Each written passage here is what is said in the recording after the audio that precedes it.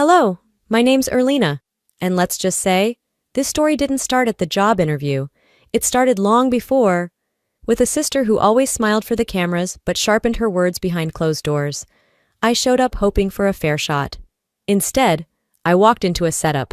My resume dismissed, my voice ignored, my own sister leading the attack, and just when they thought they'd humiliate me into silence, he walked in.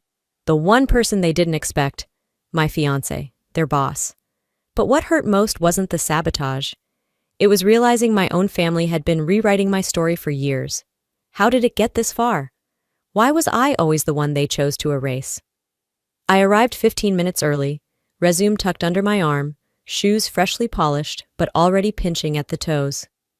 Chicago's spring wind slapped at the back of my coat as I walked into the lobby of Aventus Logic, a towering glass box that looked like it had been designed by someone who thought warmth was a liability. Inside, everything gleamed. Chrome elevator doors, white marble floors, digital panels blinking with schedules and department names. I made my way to the reception desk, smiled politely, and gave my name. The receptionist, a woman barely older than 20, with perfect eyeliner and a phone glued to her ear, looked down at the screen. Then she looked back at me. "I'm sorry, can you spell that again?" I did, twice. She still frowned. "Huh, you're not showing up on the candidate list." My stomach tightened. "I was confirmed, I have the email." She tilted the monitor so I couldn't see. "Okay, just have a seat for now, we'll figure it out." That seat turned out to be the corner one, the one across from the bathrooms, next to a dusty ficus. As I sat, 3 more candidates walked in, suits sharper than mine, hair better styled, voices full of practiced charm. One of them barely nodded at me before gliding toward the elevators, and then she walked in.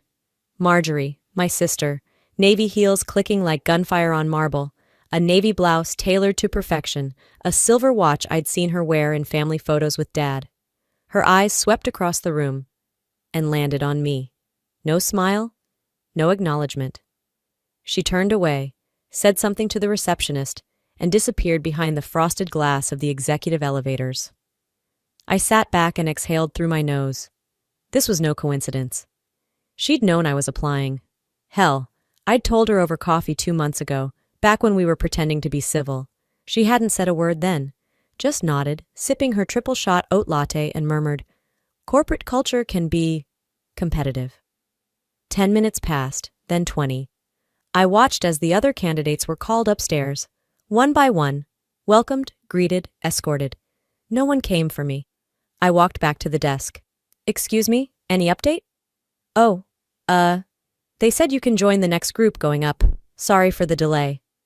No eye contact, no apology. When I finally entered the interview room, it was like stepping into a glass fishbowl. Everything transparent, everything too clean. Panelists sat in a semicircle.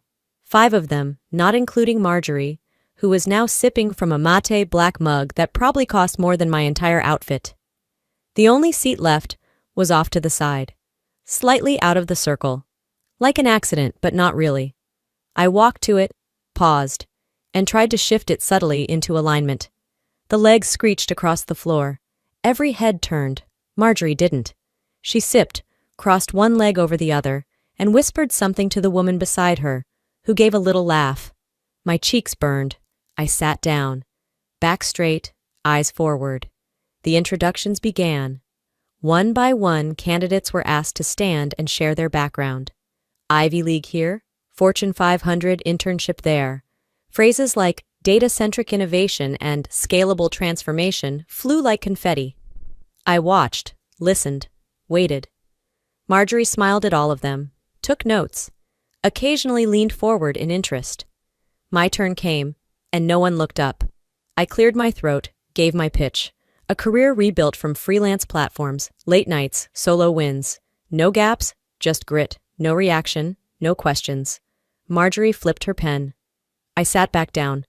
Greg, the panelist with slicked back hair and a tie too loud for his age, smirked and said, "Let's move on."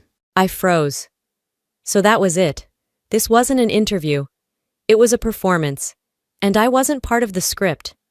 A paper shuffle, a suppressed laugh. Marjorie leaned back, lips pressed into something that looked too much like victory. I thought of that middle school memory, the day my name was left off the student roll on purpose, and I stood awkwardly in front of 30 classmates while my teacher said, "Are you sure you're in this class?" That same cold knot returned to my stomach, but I stayed silent. I knew what this was. This wasn't about qualifications. This was personal, and she'd made sure I'd feel it before the real show even began. The room hadn't changed. The air was still cool, and the glass walls still gleamed like nothing ugly could ever live inside them. But my hands were damp now, and my spine was buzzing. I kept my breathing slow, steady.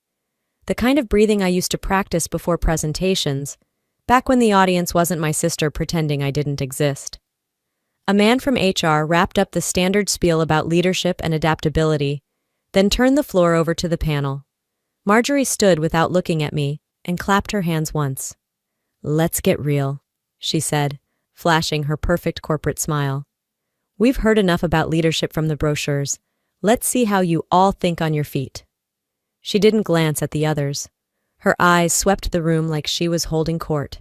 Then she stopped on me. "Erlina," she said lightly, as if we'd never shared a room as children, as if she hadn't once told me to my face that I'd never last in this industry. "Why don't you start?" There was no warning, just that name, hers in my mouth, spit back at me. I stood, straightened the folder in my hands, looked to Greg, Camilla, then back to her. "I recently led a re-architecture of a decentralized data platform for—" Marjorie cut me off with a laugh that didn't belong in a room like this. "Led or joined?" she asked sweetly, because the way I heard it, the final implementation didn't quite land. Or am I mixing you up with one of your previous gigs? There were so many. A ripple of chuckles passed through the panel. "I mean," she added, turning to the others, "Erlina's got heart. She's always had heart. Even when she was running from one consulting job to the next, trying to find her footing." I didn't flinch. Not outside. But I felt the heat climb my neck. My nails dug into the edge of my folder, pressing hard to keep my face still. "She's good at starting things," Marjorie continued, like she was reciting a character flaw from a novel. "Not so much finishing them." More polite laughter. Greg smirked. Camilla kept her eyes on her notes, pretending they suddenly mattered. No one stopped her. No one asked if what she was doing was relevant. I said nothing, because anything I said would have made me look defensive, emotional. And that's what she wanted, to make me react, to confirm whatever version of me she'd already painted for them. A low hum filled my ears, not from the room, from inside my own chest, the same sound I'd felt years ago at a holiday dinner, when my father raised his glass after Marjorie got her first executive title. "To Marjorie," he'd said proudly, "my legacy, and to Erlina, for always being so kind." I had smiled then too, just like now, small, controlled. But I remember how my stomach had curled, how that word, kind, had landed like a backhanded compliment dressed up for church.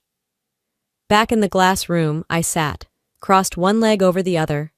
My sister had moved on, directing the next question to a polished candidate with a Yale ring, and the self-confidence of someone who'd never been interrupted mid-sentence in front of an entire panel. I didn't listen to his answer. I was watching her now, not the executive, not the senior strategist, but the girl who used to read my poems aloud during slumber parties to get laughs. The girl who told me boys wouldn't like me unless I learned how to shut up and smile. The girl who once told me she protected me from the world, when really she was preparing it to ignore me. I breathed in again, deeper this time. I didn't speak, I didn't run. Instead, I pulled a pen from my folder and began writing quietly along the margin of the agenda sheet. Names, details, each panelist who had laughed, each one who hadn't intervened. I wasn't just taking notes. I was documenting the silence. Because if I wasn't going to be given the floor, I'd take the receipts. The worst part wasn't even the insult. It was the way they let it slide, like it was normal. Expected, like I didn't belong enough to even earn their discomfort.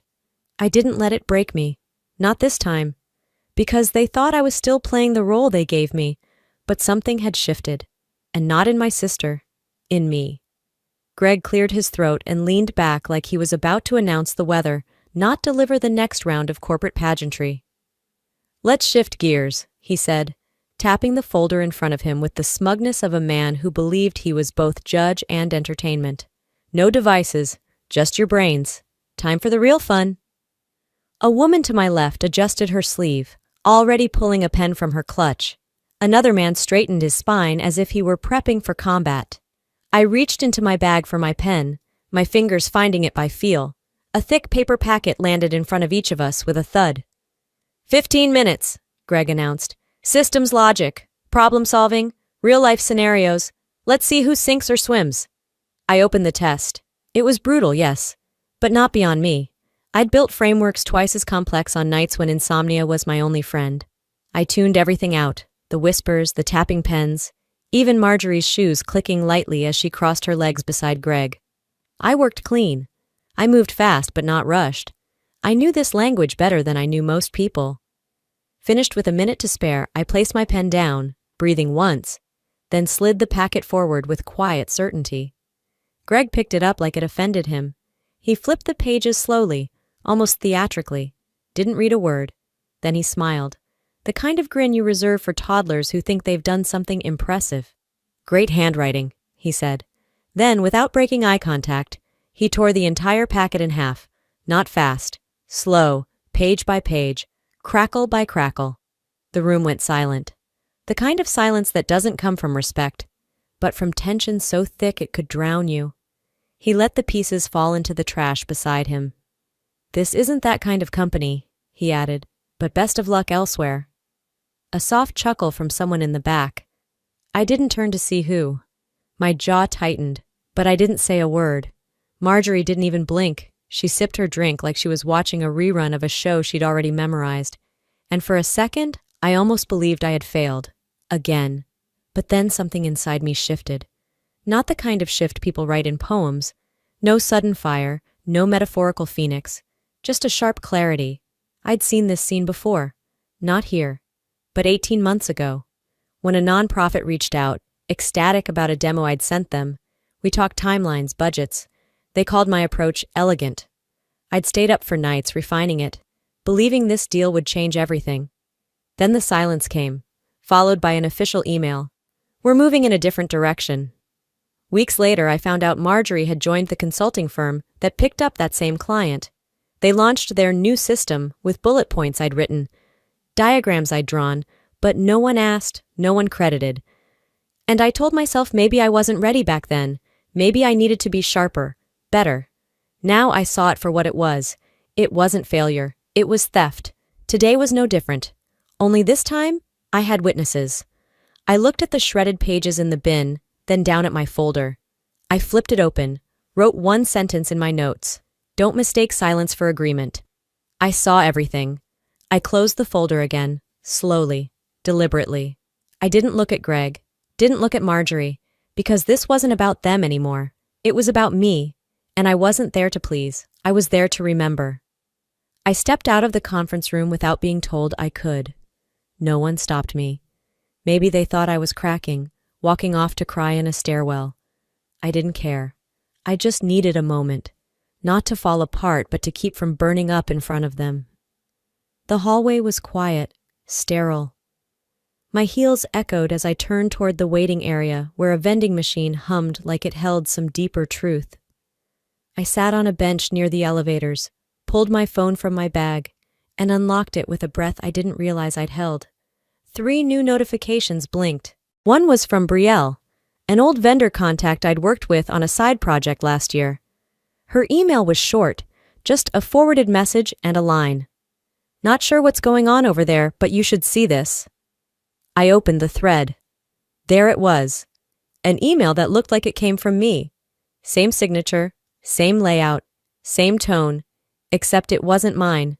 The subject line, client liability not worth our time. And in the body, a paragraph dripping in contempt. She's a walking liability in heels. This entire initiative reeks of desperation. I read it again, then a third time. No part of me had written that, ever. But it had my name, my work signature. The timestamp lined up with the exact window I'd been sitting in this very building, waiting for my turn to speak. I pulled up my sent folder. Nothing, no drafts, no trace. My heart didn't drop. It hardened. This was next-level sabotage. Not just erasing my name from a list or tearing up a test. This was character assassination, dressed up in pixels. I was still staring at the screen when the next notification slid down from the top, a text from my mother. "Don't fight this. Just stay calm. Let Marjorie handle it." That was it. No hello. No how are you holding up. Just a direct plea for obedience disguised as family concern. I blinked, then read it again, then laughed, once quietly, a dry, humorless sound. Let Marjorie handle it. Of course, she always got to handle things. And the rest of us? We were expected to be silent so she could keep looking polished. I remembered a dinner party at our parents' house when I was 29. I'd just finished a grueling contract for a startup in Seattle, and I tried to share the news. Before I could finish a sentence, Dad raised his glass and said, "We're so proud of Marjorie closing that international deal. Truly the future of this family." That night, I'd washed dishes while Marjorie took credit for a campaign I helped brainstorm 2 years earlier. I told myself it was just family dynamics, nothing personal. But this was war. And the worst part wasn't Marjorie, it was Mom, the one who always said, "Don't cause a scene, Erlina." The one who taught me how to disappear with grace.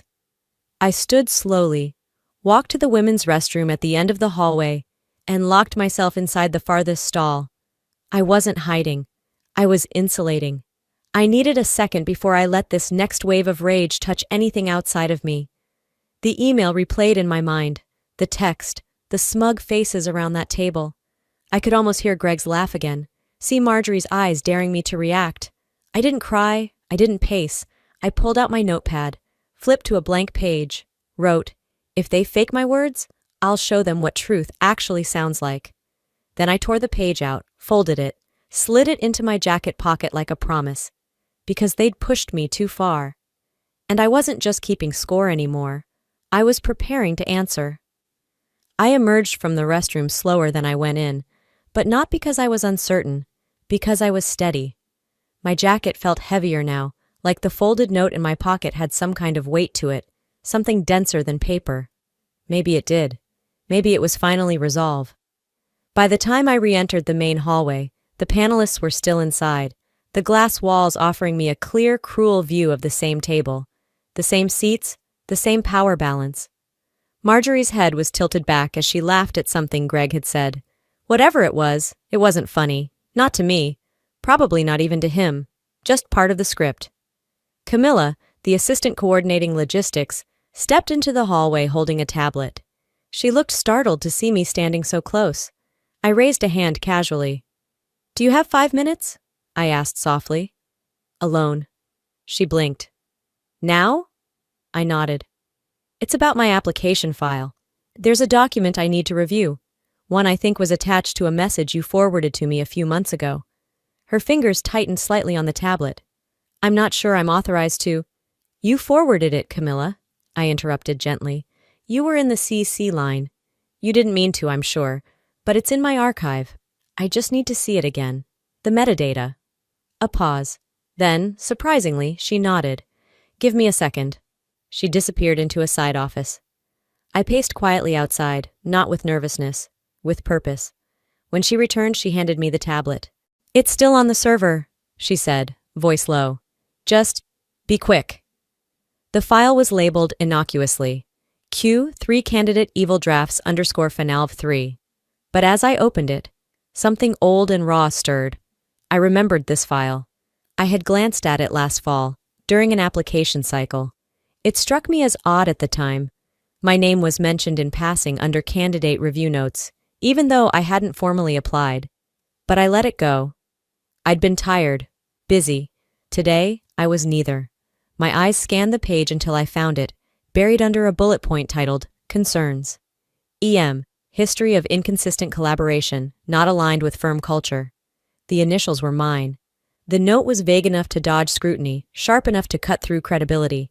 I clicked View Change History. There it was.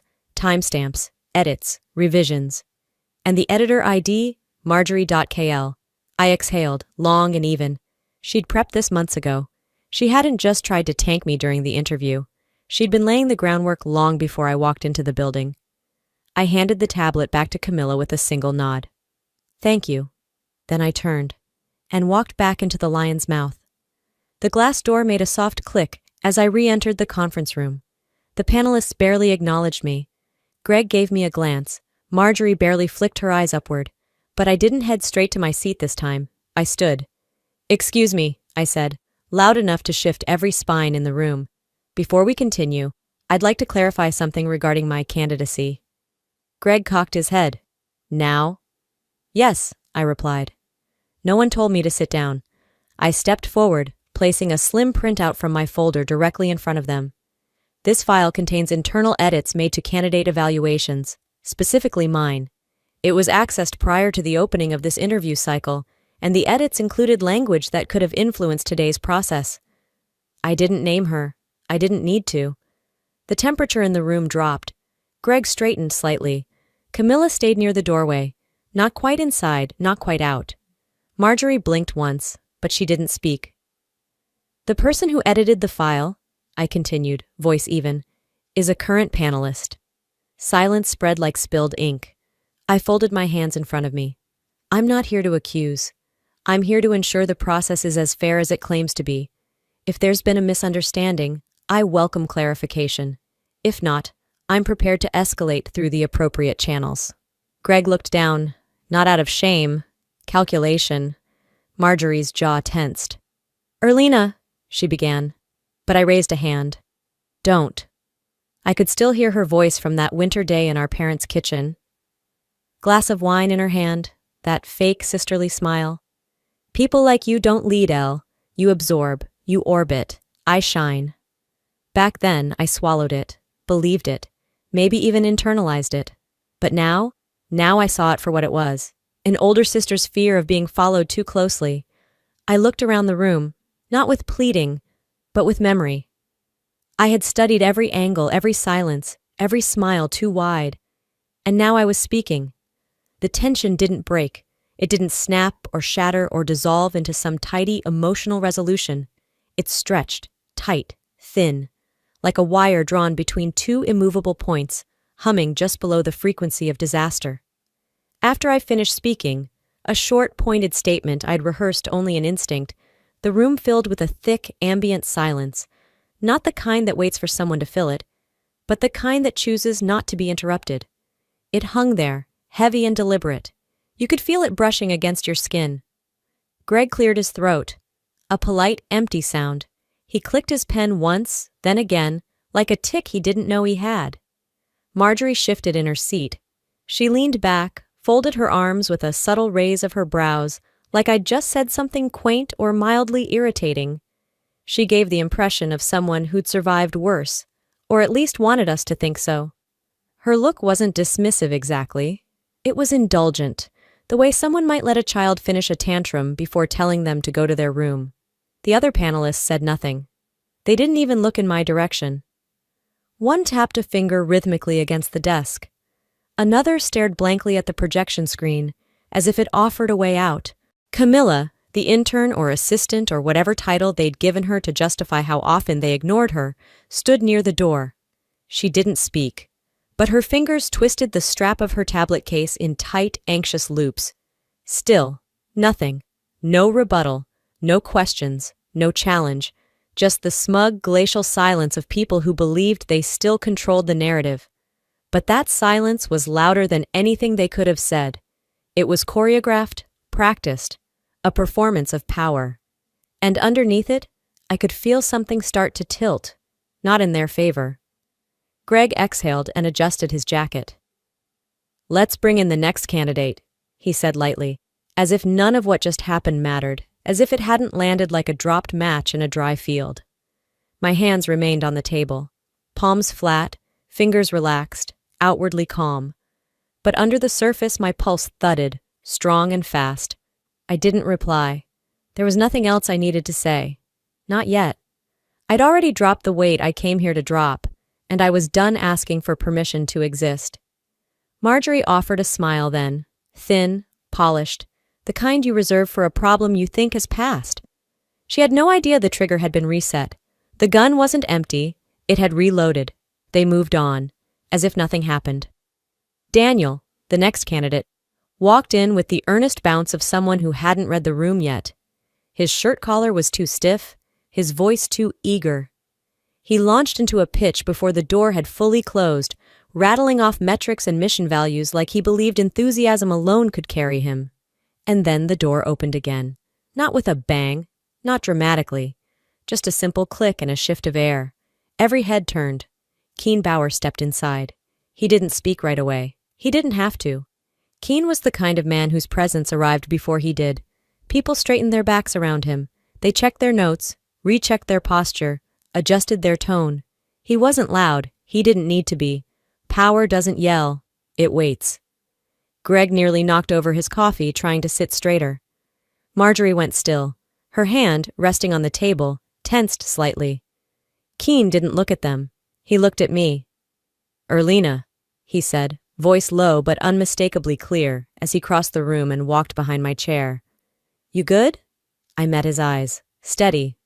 "I'm solid," I said. He gave a small nod, then turned and placed a folder on the center of the table. Neat, deliberate, like the drop of a chess piece mid-match. "I'll be joining this review," he said. His tone was calm, controlled, but the words carried weight. As of this morning, anomalies in the HR database were escalated to my office. Silence returned. Not the smug kind from earlier. This was colder, stiffer. You could almost hear the mental scrambling. Greg froze mid-pen click. Marjorie parted her lips like she wanted to say something, but no words came. She blinked too slowly, calculating something behind her eyes. Keen didn't sit. He didn't need to. He stood with the posture of someone who didn't just walk into the room. He owned it. I looked down the table at the panelists. A few clutched pens like they were lifelines. Camilla had moved slightly, not much, but enough to press herself back against the wall. Someone whispered, barely audible. I didn't bother to see who.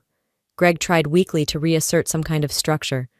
"Mr. Bauer, this is a scheduled candidate assessment. I'm aware," Keen said, cutting in without sharpness. "Just certainty. And it's proceeding, but I'll be observing directly."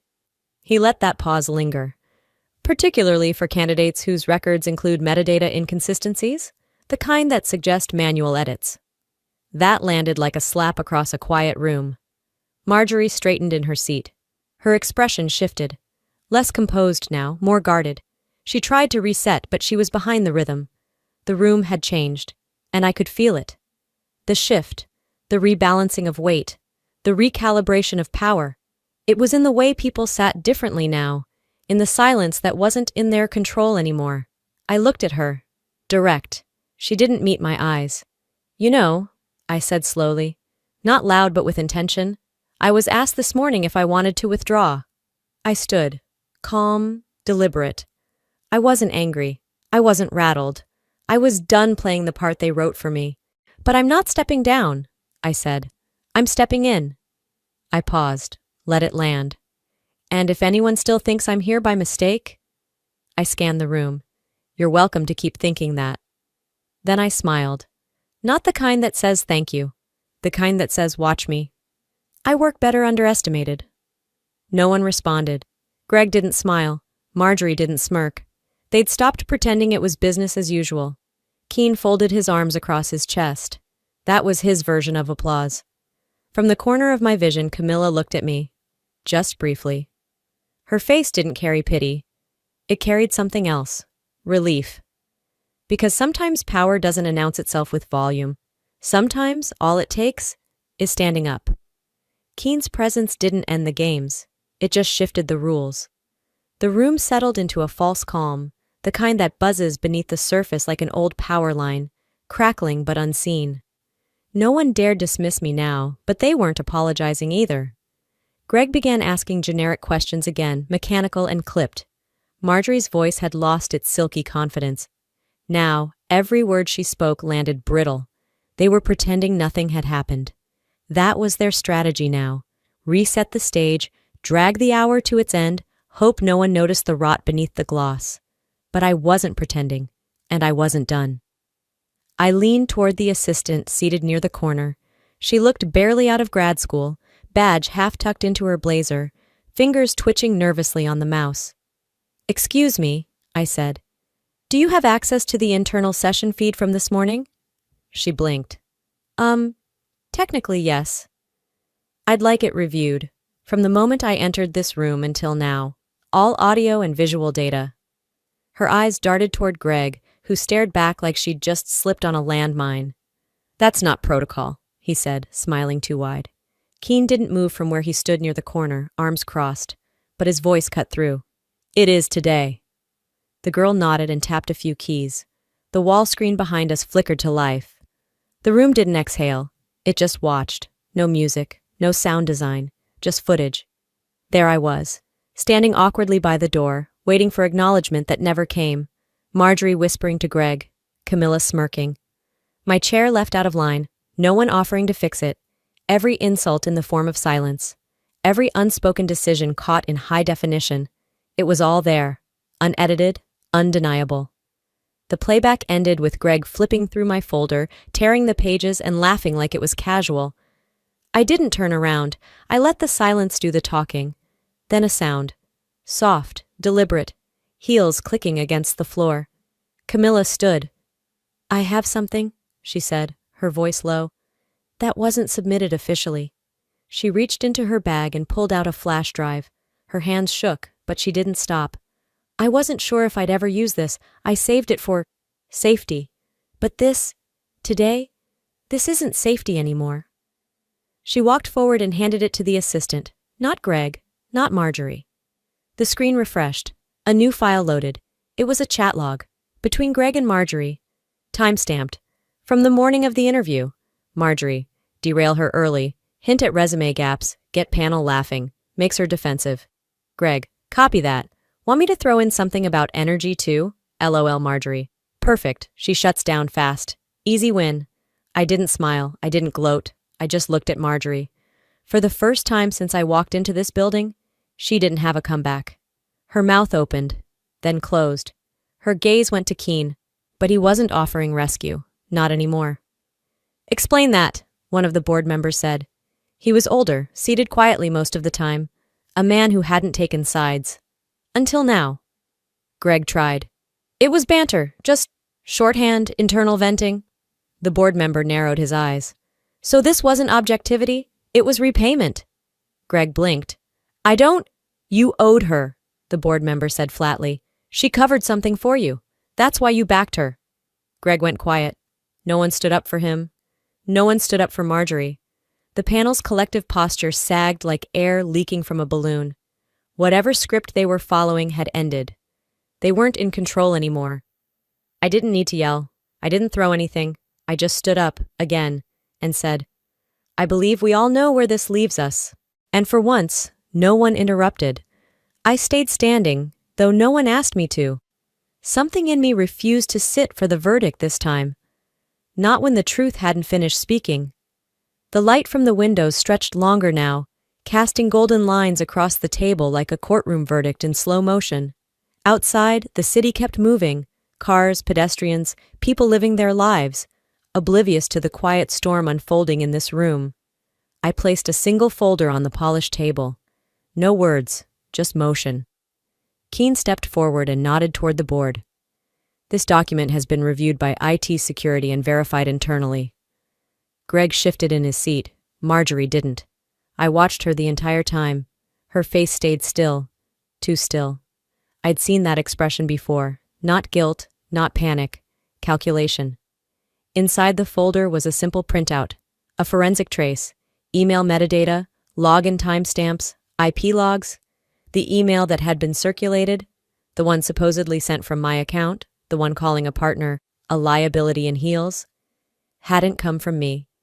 It had originated from Marjorie's admin login. Her credentials. Her timestamp.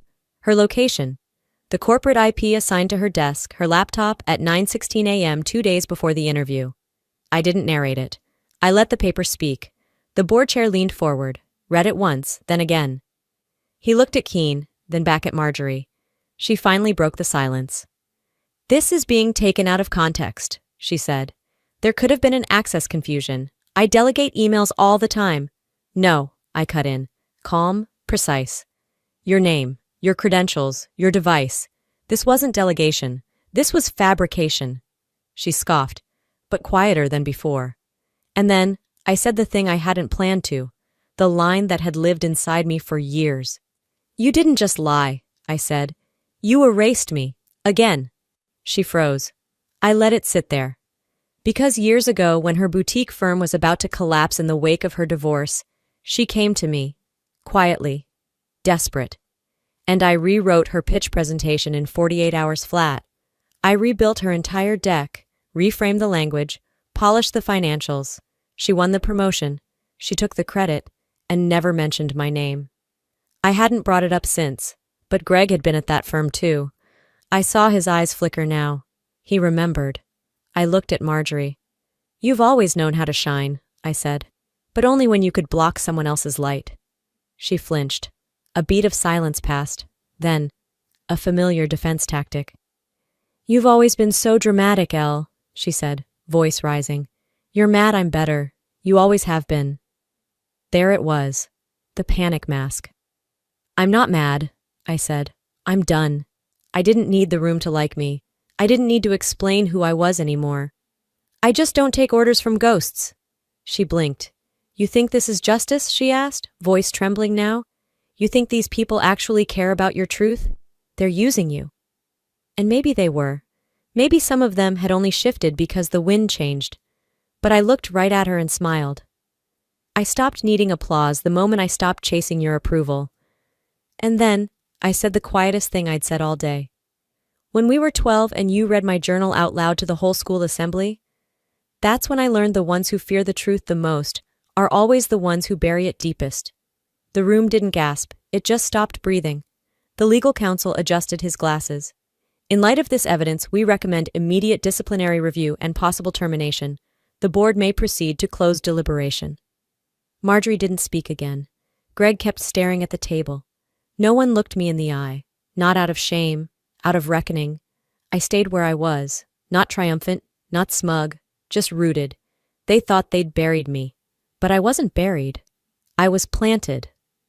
A week later, the corner office still sat untouched. It had the best view in the building. Glass walls on two sides, mahogany desk centered like a command post, sunlight pouring in during the late mornings and stretching across the hardwood in warm, uninterrupted lines. But it was empty. No nameplate on the door. No chair pulled up to the desk. No framed photos. No personal items. Just stillness. Like the room had finally let out a long breath it had been holding for years. They offered it to me. Keene did. HR followed. Even the board chair sent me a formal note. Erlina, the space is yours if you want it. I didn't think twice. Thanks, I said, but I'd rather be where the actual work happens. So instead of a panoramic skyline and glass doors that sealed you off from everyone else, I took a desk on the 7th floor. Open plan, low ceilings, constant motion. I picked a spot wedged between the development team's row and a humming vending machine that ate dollars more often than it dispensed snacks. The air always smelled faintly like cold brew and dry erase markers. Conversations overlapped. Deadlines buzzed in the background. I loved it. There, among half-drawn whiteboard diagrams and weeks-old sticky notes curling at the edges, I felt more grounded than any title ever could have made me. I wasn't managing perception anymore. I was building, contributing, being. When I finally pinned something to the corkboard above my monitor, it wasn't a certificate or a fancy plaque.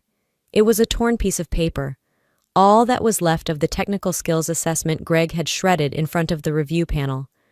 I'd pulled it from the trash that day, smoothed out the wrinkles. The ink was faded now, the edges worn, but I framed it anyway, not as a souvenir of pain, as a receipt. Beside it, I stuck a yellow post-it. In thick black ink, I'd written, "This is what reclaiming space looks like."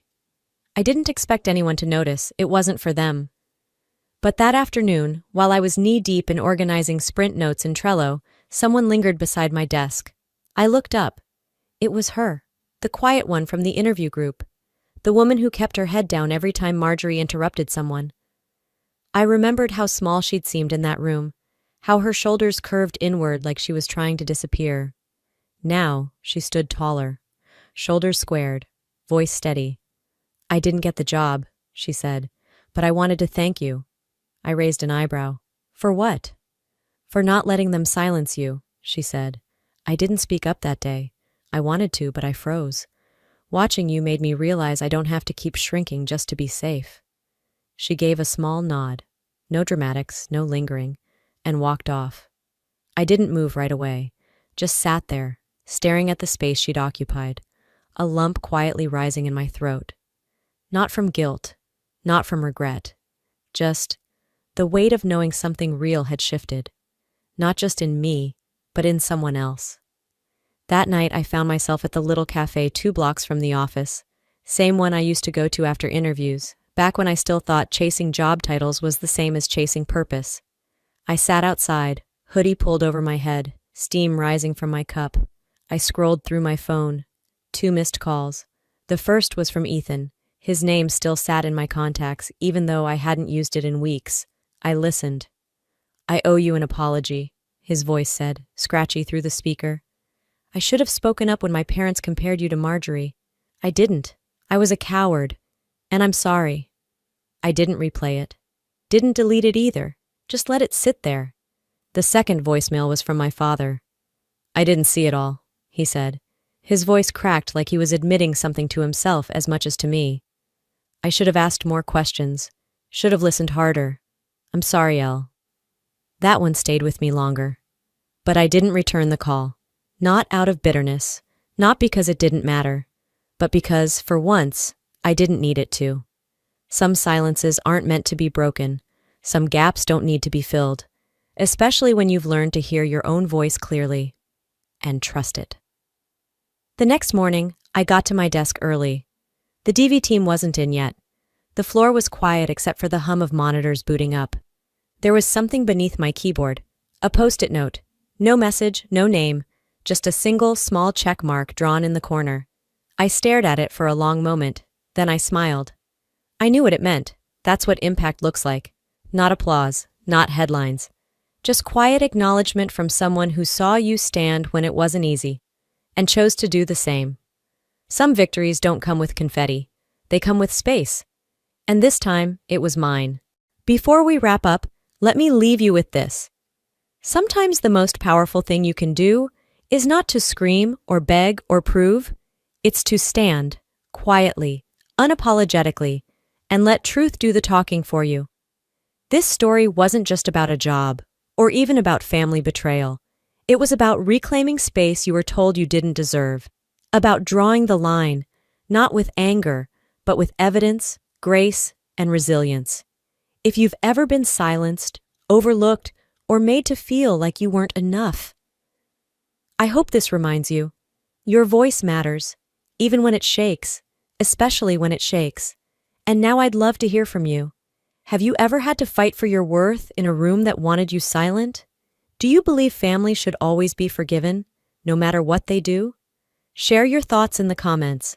Tell me where you're watching from, and if this story touched something in you, just drop a 1 in the comments so I know you're out there. And hey, if you made it this far, you're definitely my kind of people. So don't forget to subscribe to this channel for more powerful stories that don't just entertain, they speak. Because sometimes the quietest battles leave the deepest impact, and we're all just trying to find the courage to stand together.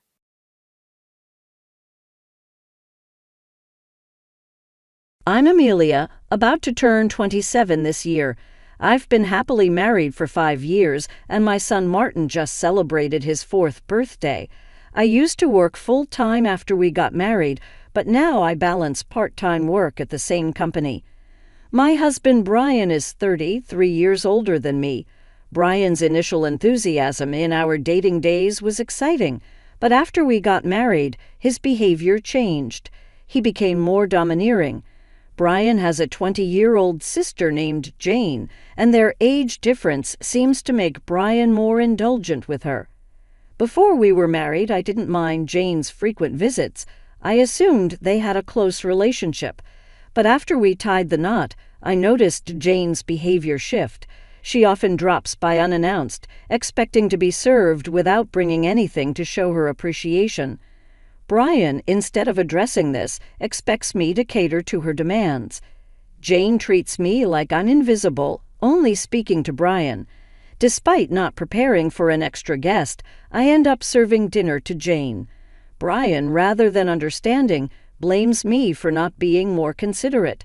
Even when Jane apologizes, it's clear she enjoys the preferential treatment Brian gives her.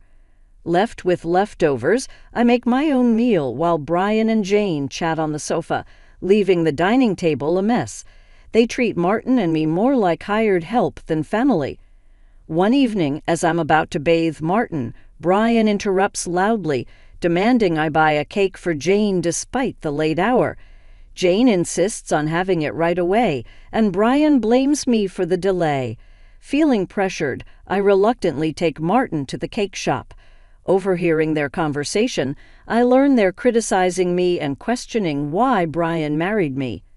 Martin, though too young to understand the words, senses the tension.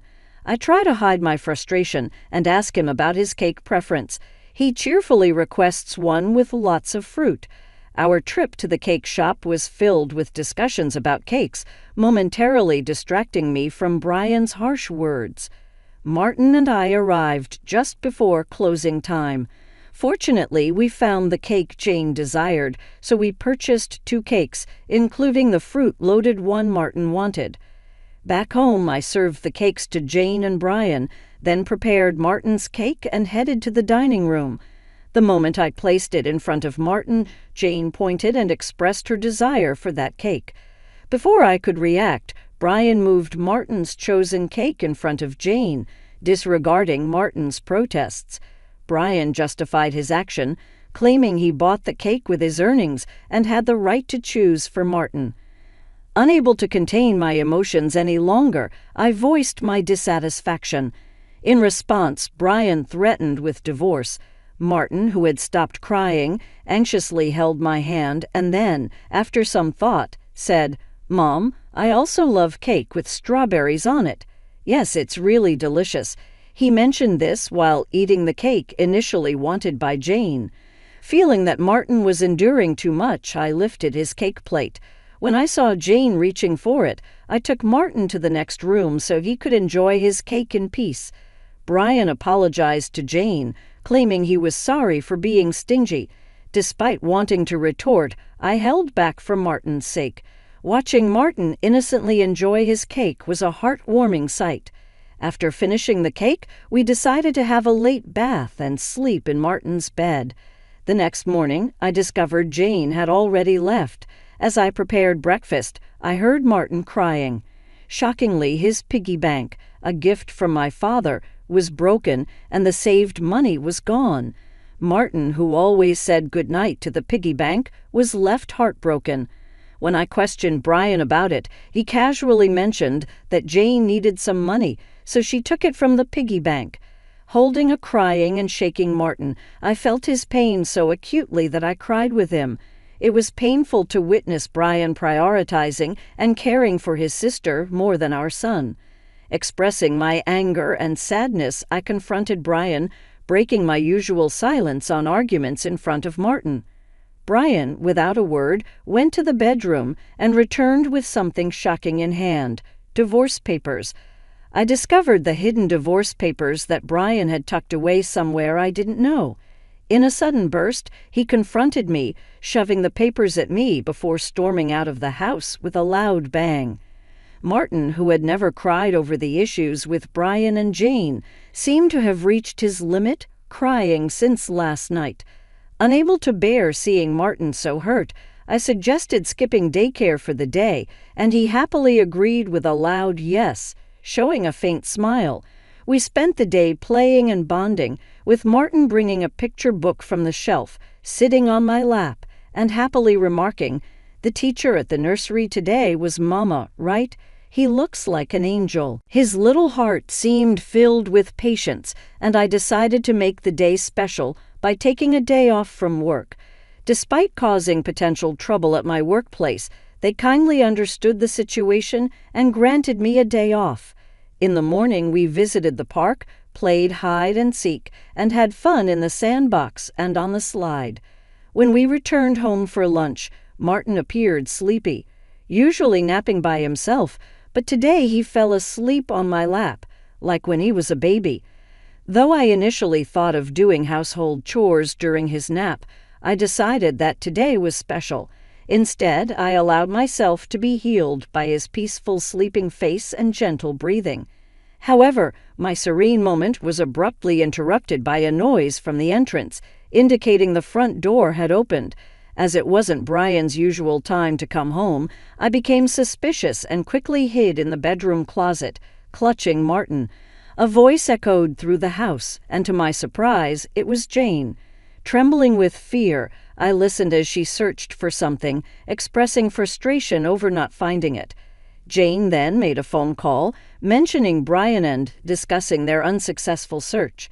After hearing her lock the front door and leave, I put Martin to bed and contemplated the strange events. I couldn't comprehend why Jane had entered the house and what they were looking for. Suddenly, Brian seemed like a stranger, and I felt a mix of disgust and fear towards him. Swiftly packing essentials for Martin and myself, we headed to the station and took a train to my parents' house. Fortunately, their home was nearby, just 2 stations away. Although I hadn't contacted them beforehand, my parents sensed something from my expression and welcomed us without asking questions. I shared the entire ordeal with them, including my fear of staying at our house due to Brian and Jane's actions. Upon hearing my mother's suggestion that Jane might have been looking for my belongings, possibly cash or cards, I recalled my past experience as a successful CEO in the handmade goods industry. I had entrusted the company to friends when I decided to prioritize raising my child after getting married. Although I still worked part-time and communicated with the company from home, Brian was unaware that I was still the CEO. I discovered the hidden divorce papers that Brian had tucked away, suspecting that he thought I had a decent amount of savings. While I've mentioned to him that I still receive some assistance from the company, I've deliberately kept the details about being the CEO and my savings private. This secrecy stems from realizing early in our marriage that Brian struggles with managing money and tends to spend everything he earns. Kevin, at first, provided only $200 a month for food expenses and even suggested I quit my job to become a full-time housewife. However, with the financial strain of raising Martin and only $200 for food, I never agreed to be a full-time housewife. Eventually, he reluctantly allowed me to work part-time. To ensure I wouldn't consider divorce, he had me sign a postmarital property waiver through a lawyer. Since Martin's birth, I used my savings for his nursery fees and clothes. Since I've only received $200 for food, I've never asked Brian for additional funds beyond the food budget, leading him to believe I have savings. Considering Jane's apparent need for money and Brian's perception of my financial situation, they might be searching for my cash cards. I have a separate savings account dedicated to Martin with a portion of my salary directly deposited into it each month. Despite their search, they won't find the cash cards as I always carry my valuables. However, there's still an unsettling issue. Jane might be entering our house even when we're not there, and Brian may be allowing it. Following my father's advice, I decided to store my valuables, including the cash cards, in my parents' safe. As I pondered their need for money, Martin approached my father, crying over his broken piggy bank and the shattered promise of saving up. My father, angered by Martin's story, vowed to call Kevin. My mother suggested finding out their purpose calmly, as Brian's mention of divorce might shift blame to us, making the divorce more favorable for him. To ascertain their purpose, I decided to record their conversation, consulting a lawyer who was a friend of my father's. Returning home, I began cooking dinner, keeping my phone screen down to record secretly.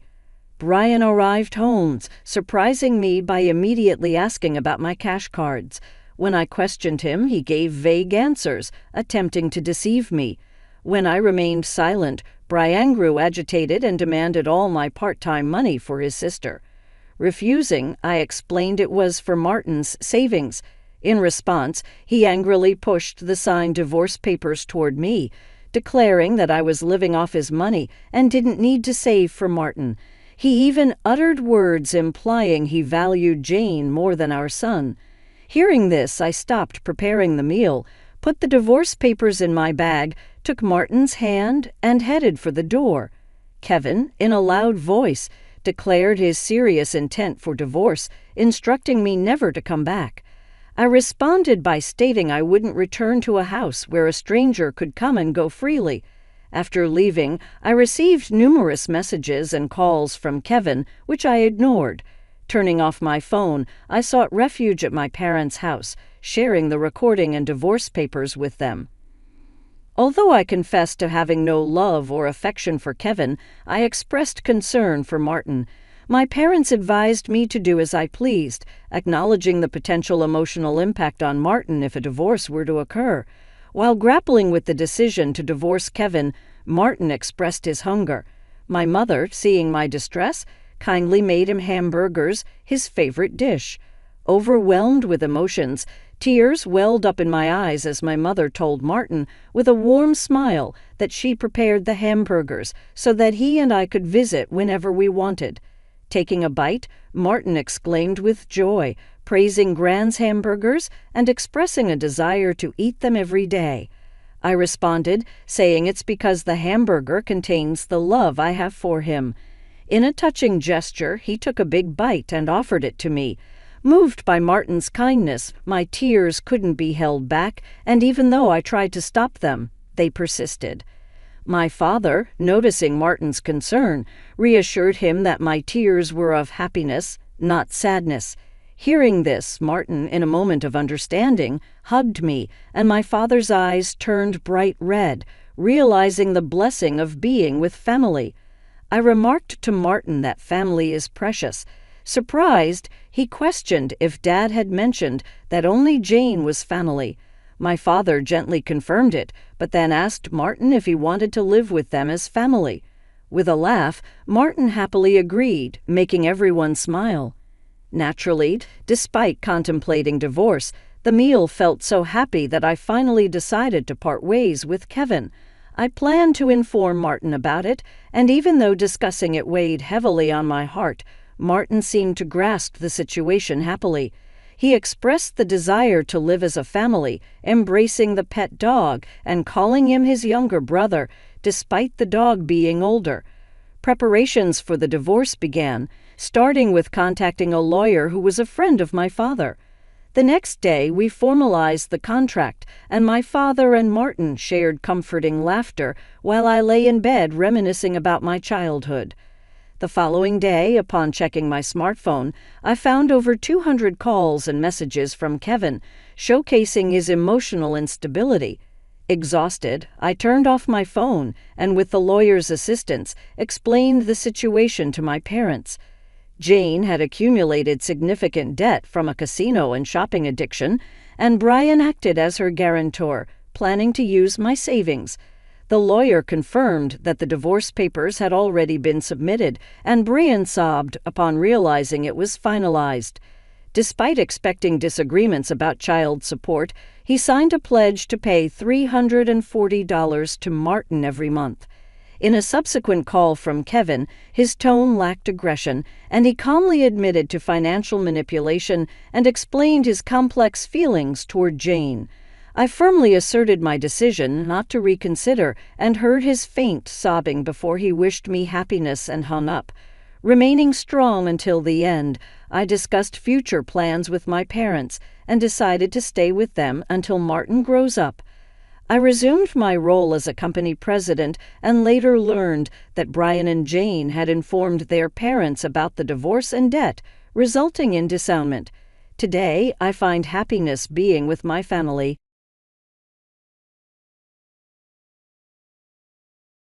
I'm Steven, 28 years old, and I've been with the company for 5 years now. I'm single, and I work in the sales department, handling office tasks. 2 years ago, I was promoted to a senior position, which means I'm often swamped with work. My subordinates are all contract employees, so they can't work overtime. That leaves the extra workload to me. As a result, I'm always busy, and the only time I can leave work on time is during the first few days of the month. Otherwise, overtime is a must. There have even been times, especially at the end of the month or quarter, when I've had to pull all-nighters. I live in a rental apartment about an hour away from the downtown office in the suburbs. I chose this place because I prefer waking up to the sound of birds chirping rather than the noise of cars. It was a choice I made, prioritizing my living environment over convenience. Still, there are times, especially after a long day, when I wish I could get home quicker. Today was one of those late nights. It took me an hour just to get to the nearest station. The streets were almost empty at this hour, but I noticed a couple arguing among the sparse crowd. The woman broke free from the man gripping her bag and ran away, with the man seemingly chasing after her. I watched them absent-mindedly, thinking they were probably having a heated quarrel. Not in the mood to cook, I stopped by my usual supermarket and grabbed a discounted deli and a half-priced beer. As I walked home from the bright station square, the street lamps' white lights felt like runway lights guiding me home. I pushed my exhausted body forward, but suddenly, I noticed a woman staggering ahead of me. She was walking unsteadily, and I wondered if she was drunk. I hesitated between keeping my distance and overtaking her, but she was moving so slowly that I decided to pass by. As I got closer, I noticed her appearance. She was stumbling, dragging her left foot, and her clothes were covered in mud, especially on the left side. Her shoulder-length hair was disheveled, and she was barefoot. It was a bizarre sight. I thought about saying something, but before I could, she collapsed to her knees. Startled, I instinctively caught her as she fell and called out, "Are you okay?" She seemed unconscious, but she was breathing. I couldn't just leave her there, but I also knew I shouldn't move her. Unsure of what to do, I called out for help. "Is anyone there? Someone, please. We need an ambulance." Despite the late hour, a few residents who heard my voice came out, looking on with curious faces. A woman in her nightwear approached me and asked if the woman was my girlfriend. "No, I don't know her." She was walking ahead of me and suddenly collapsed. "Can someone please call an ambulance?" I said. A man, who seemed to be the woman's husband, said he would make the call and went back inside. Meanwhile, the woman who had approached me kept staring. "Aren't you the guy who always buys half-price Dellas at the supermarket?" she asked. Yes, that's me. I bought one today too. I'm single, so," I replied, feeling a bit awkward. As we were talking, I heard the sound of a siren in the distance. The ambulance arrived quickly, and the paramedics assessed the woman's condition before taking her into the ambulance. Then, one of the paramedics asked if there was anyone who could accompany her to the hospital. Everyone looked at me. Me? Really?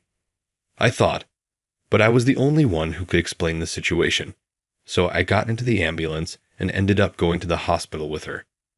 When we arrived, I explained the situation to the doctor.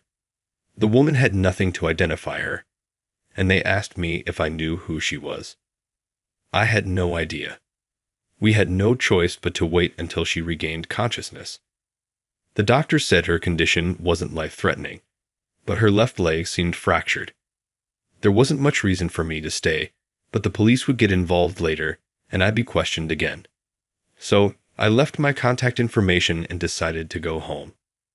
Since I was far from home, I called a taxi, which turned out to be a costly expense. When I finally got home and changed, a wave of fatigue hit me.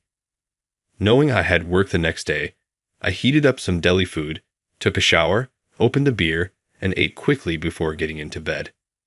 Just as I was about to relax, the phone rang. It was the police. I'd explained the situation to them, just as I had at the hospital, saying I didn't know the woman or her identity. They understood for now, but said they'd contact me again later. By the time I hung up, It was past 2 a.m. What a long day. I forced my eyes shut, trying to sleep, but I could hardly rest. The next day, I miraculously found a seat on the train to work and managed to get a little sleep. It was a relief.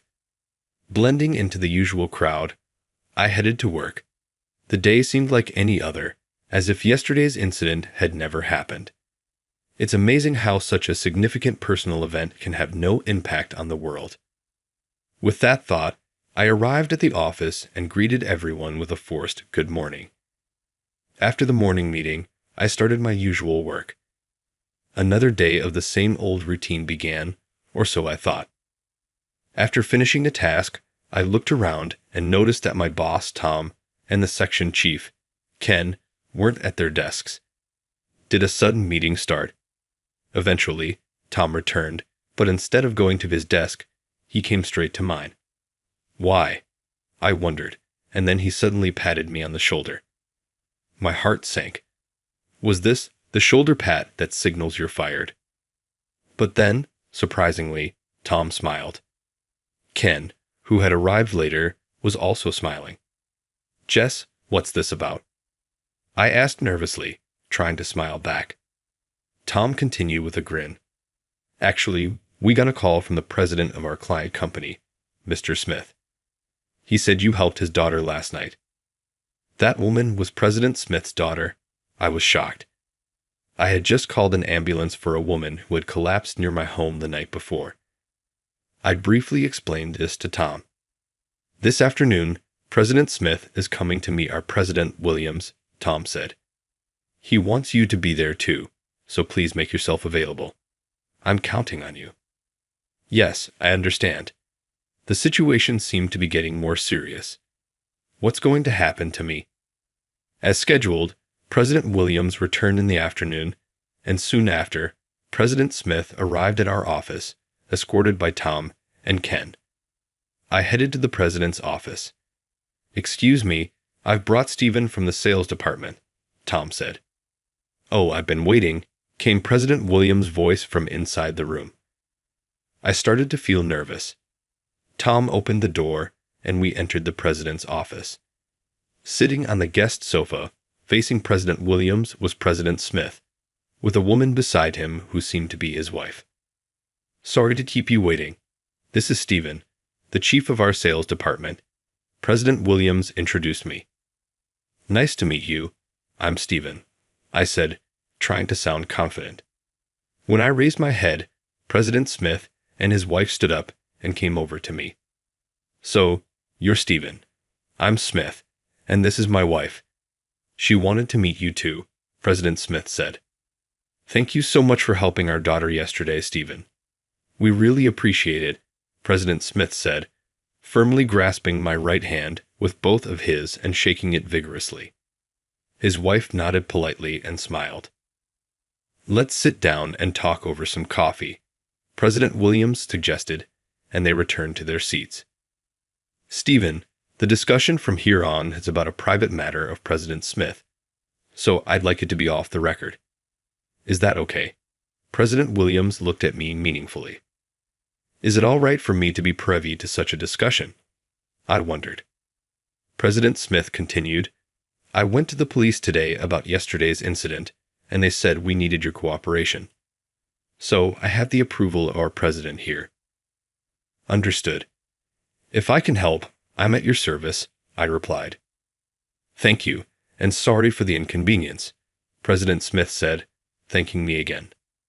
Shortly after the secretary brought in coffee, she left, and I waited nervously for President Smith to start talking. After taking a sip of his coffee, he began, Actually, my daughter Stella is a 21-year-old university student.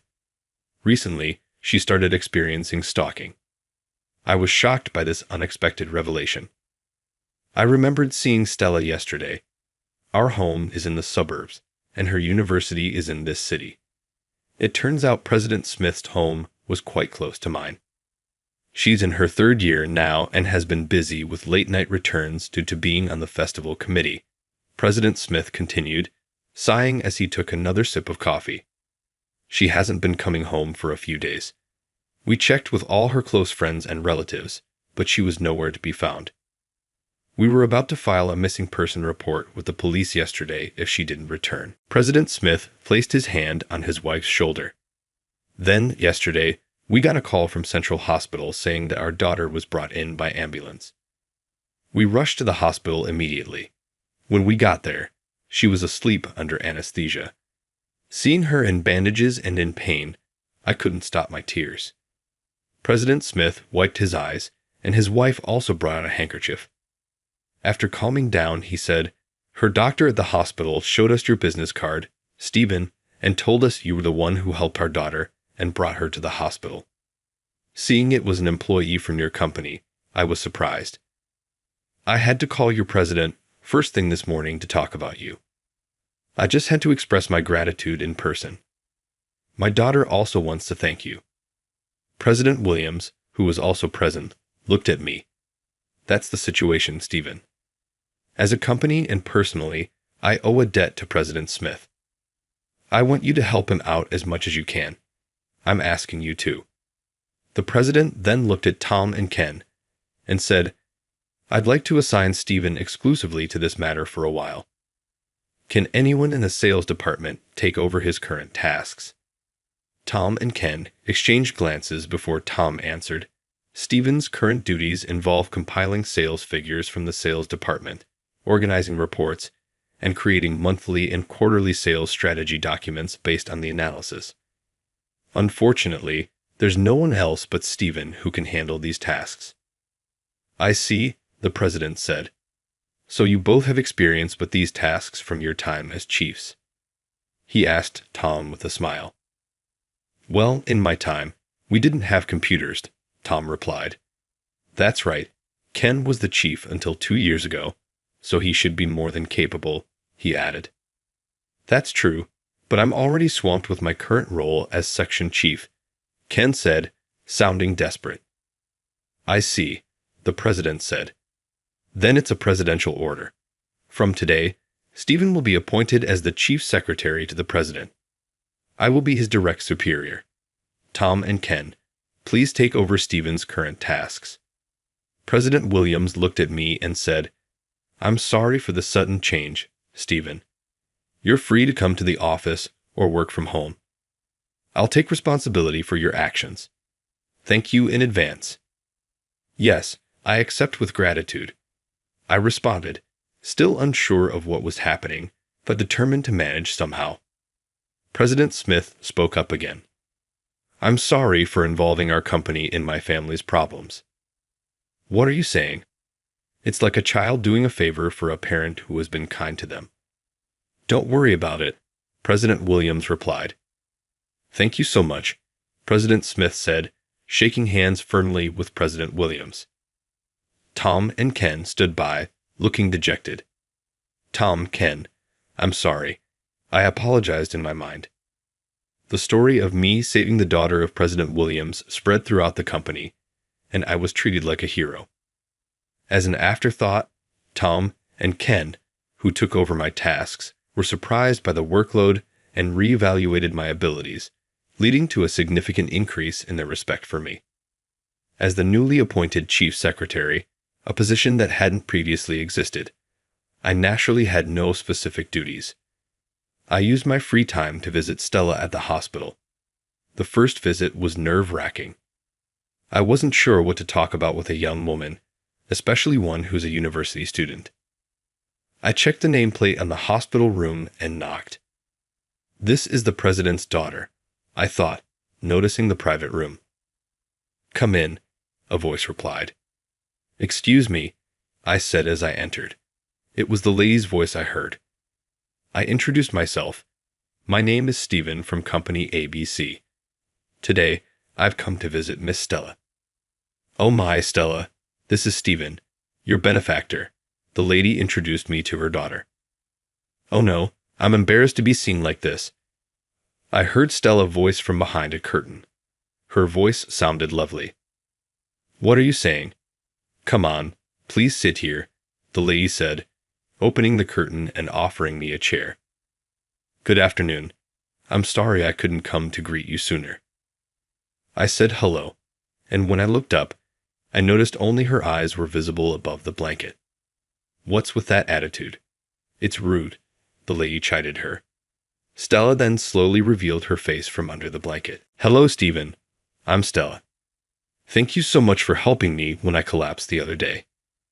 "I'm sorry for causing you so much trouble," she said, sitting up halfway in bed to greet me. This was my first good look at Stella. That night, it was dark, and she was dirty, so I didn't remember her well. But in the light, she was stunning, with big round eyes and semi-long hair tied back in a braid, likely because she was in the hospital. She looked like a high school student. I was so captivated by her beauty that I stared blankly. "Stephen, is something the matter?" the lady asked, noticing my lack of reaction. "Oh, no, sorry. You're just so beautiful." I couldn't help but stare, I admitted, letting my thoughts slip out. "Oh, you're quite the charmer," the lady laughed.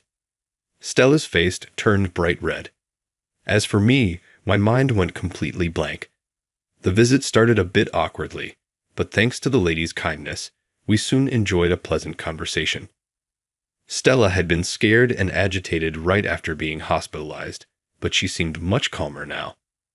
My visit was allowed because she had regained her composure. During our talk, I found out that Stella attended my alma mater, which was a pleasant surprise and led to a lively discussion. When it was time to leave, Stella asked, "Stephen, will you come again? You will visit me, won't you?" Stella's mother escorted me to the door. Since her hospitalization, Stella has been so withdrawn, not responding to anyone. But seeing her laugh and talk so much today was a first. "Could you please visit again?" she asked. "Of course. Stella is my junior at university after all. I will definitely visit again. Please take care," I replied. Later, the police contacted me with several inquiries. They asked if I had noticed any suspicious individuals nearby. That reminded me of the couple arguing at the station, which I mentioned to them. The officers seemed interested, suggesting the couple might be related to the case. According to the police, Stella dreaded being stalked on her way home, so she stayed at an internet cafe. Exhausted and feeling helpless, she decided to return home. On the train, she encountered her stalker and fled from the station, but the stalker pursued her. Panicked, she ran into a dark area and wildly dashed through a field's bushes. Eventually, she fell into an irrigation channel and injured herself, losing her bag in the process. The irrigation channel provided a hiding spot, allowing her to escape. After hiding for a while, she thought it was safe to return home. Disoriented and in pain from her injuries, she walked aimlessly until she lost consciousness. Fortunately, Stella's recovery went well, and she was soon able to leave the hospital for home care. This meant my next visit would be to her house. Her home was the residence of Mr. Smith, the president of the company. When I offered to visit, I was invited to dinner instead. The prospect of visiting her home felt far more daunting than going to the hospital, but with determination, I went. "Welcome. We've prepared dinner for you, so please stay and eat with us," the lady of the house greeted me with a smile. "Thank you for having me. I'll gladly accept your kind offer today," I replied, comforted by her warmth. The president's house was impressively large and overwhelming. I was led to a spacious living room with hardwood floors, which seemed to be the heart of the house. Stella appeared in a wheelchair. "It's been a while," she greeted. "Stella, I'm sorry for not visiting sooner," I apologized. She had returned to her semi-long hairstyle, which I thought suited her age better and looked quite cute. President Smith was at home and emerged from the back. "Hi, Stephen. Thanks for coming on your day off." "Oh, President Smith, thank you for inviting me to dinner today." "I will take you at your word," I said. "Well, it's my wife's cooking, so please enjoy. And since it's a day off and we're informal, please don't call me President. It doesn't feel like a break," he requested. "Then how should I address you?" I wondered aloud. "Well, Dad would be nice," he jokingly hinted, his face turning red. "No, That's a bit much. How about Kevin? I suggested. Well, that seems appropriate, he said, though he looked slightly disappointed. The dinner prepared by his wife was delicious. How do you like it? Is it to your taste? She asked. Everything was going great. The vegetable and chicken stew was exceptional. As a single guy, my meals are usually pretty dismal, so I couldn't help but feel envious of Kevin. I've got to say, this is delicious, I complimented. Oh, that's nice to hear, she replied, puffing her cheeks in mock annoyance. Neither my husband nor daughter ever say it's good. The vegetables are amazing, aren't they? My cousin grows them just over there, Kevin chimed in, slightly tipsy from his beer. I used to play at my aunt's place as a kid. It was always fun. Stella smiled too, clearly enjoying the meal. Sitting there with this happy family made me think about how special family really is. I need to find a wife soon. I blurted out, perhaps a bit too drunk. An awkward silence followed. Stella suddenly froze at my remark. Well, Stephen, let's have another drink. How about some wine I received recently? Kevin suggested, quickly changing the subject. After finishing his beer, he offered me more. I enjoy drinking, but I didn't want to overdo it. Dad, don't drink too much. Stephen has work, so let's keep it moderate, Stella cautioned. He's just happy to have someone to drink with, right, Kevin? She added with a smile as she cleared the empty plates. I had a wonderful time and decided to leave. Stella packed some stew for me to take home. Feeling angry at the stalker who threatened this happy home, I wanted to protect their happiness. The investigation into the stalker was proving difficult, with little information and no leads. Later, the police informed us that Stella's bag had been found. I accompanied her to the station, where it was confirmed to be hers. According to the police, there were bloodstains on the brand logo's metal part, but the blood wasn't Stella. It was likely the perpetrator's. It seemed the stalker had injured his hand. Looking at the bag, I thought, if someone got cut by this mark, it must be a deep wound. One day at my usual supermarket, I ran into the cashier lady busy cleaning. Oh, Stephen, here for the half-price stickers again, she asked. Since that incident, I had become friendly with her. Today's target is the croquettes. They had a potato sale last week, so there should be some leftover croquettes coming out today, I replied. She grinned and gave me a thumbs up. After chatting for a bit, I browsed through the deli section. I was torn between croquettes and fried chicken.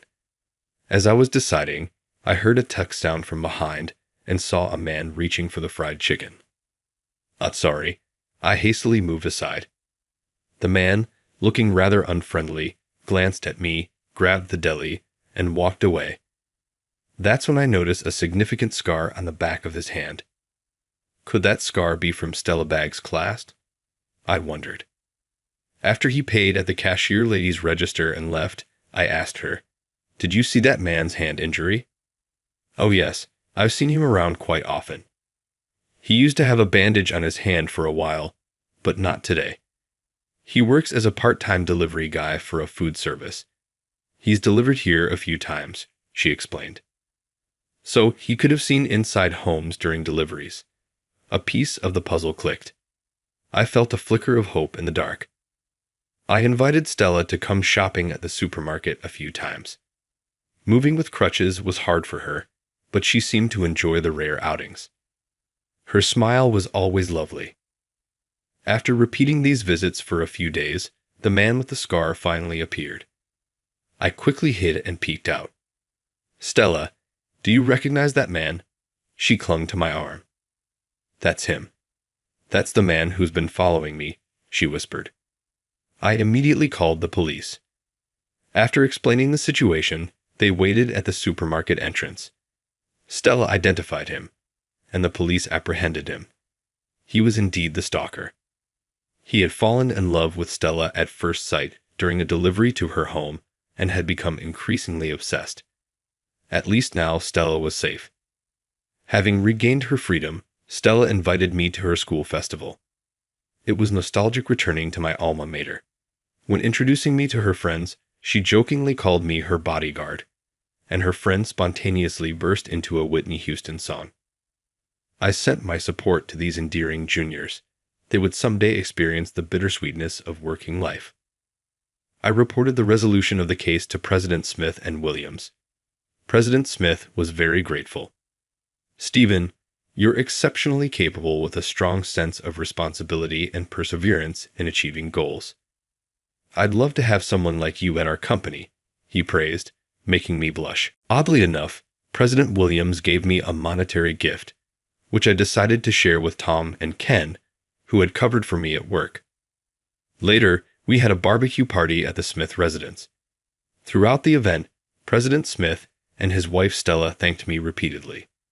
Stella was lively and cheerful, entertaining the guests as the party went on.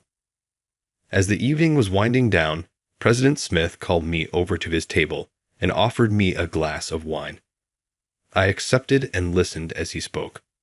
"I've grown quite fond of you through this incident," he said. "You've helped my wife and Stella. I envy your company's president for having you. I'm considering how we might work together." I was puzzled. "What do you mean?" I asked. Just then, Stella came over, smiling brightly. "Dad, I brought some more drinks," she said. Her smile made all the effort feel worth it. "Stella, can I talk to you for a moment?" President Smith asked.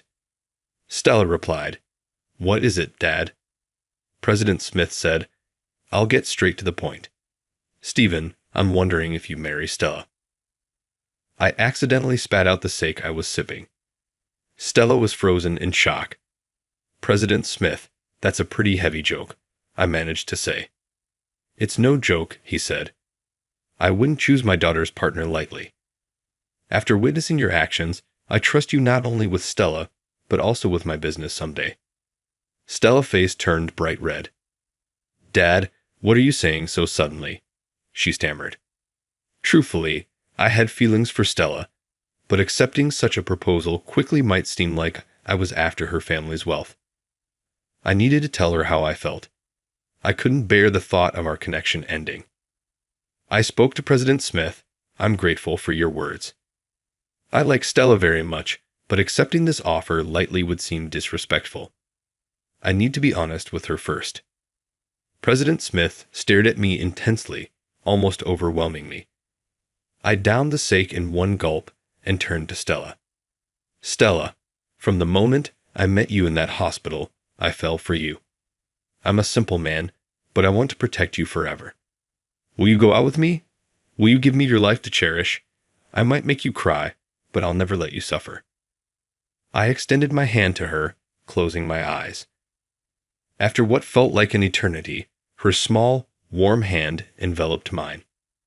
When I opened my eyes, I saw Stella, tears in her eyes. She jumped into my arms. "You have to take responsibility for making me feel this way," she said. "If you're okay with someone like me, please be with me forever." I'd embraced Stella tightly. Unbeknownst to us, everyone had formed a circle around us, and soon President Smith began clapping. The entire crowd joined in, and applause filled the air. I thought, what have I done? And then I fainted. Fast forward a few years, surrounded by well-wishers, Stella and I were at the peak of happiness on our wedding day. I couldn't take my eyes off Stella in her white dress. President Smith, in tears, was comforted by his wife. From now on, I would call them father-in-law and mother-in-law. After that party proposal, I thought I had it all figured out, but the mix of alcohol and nerves made me pass out. I still get teased about it, but I remember every word of my confession.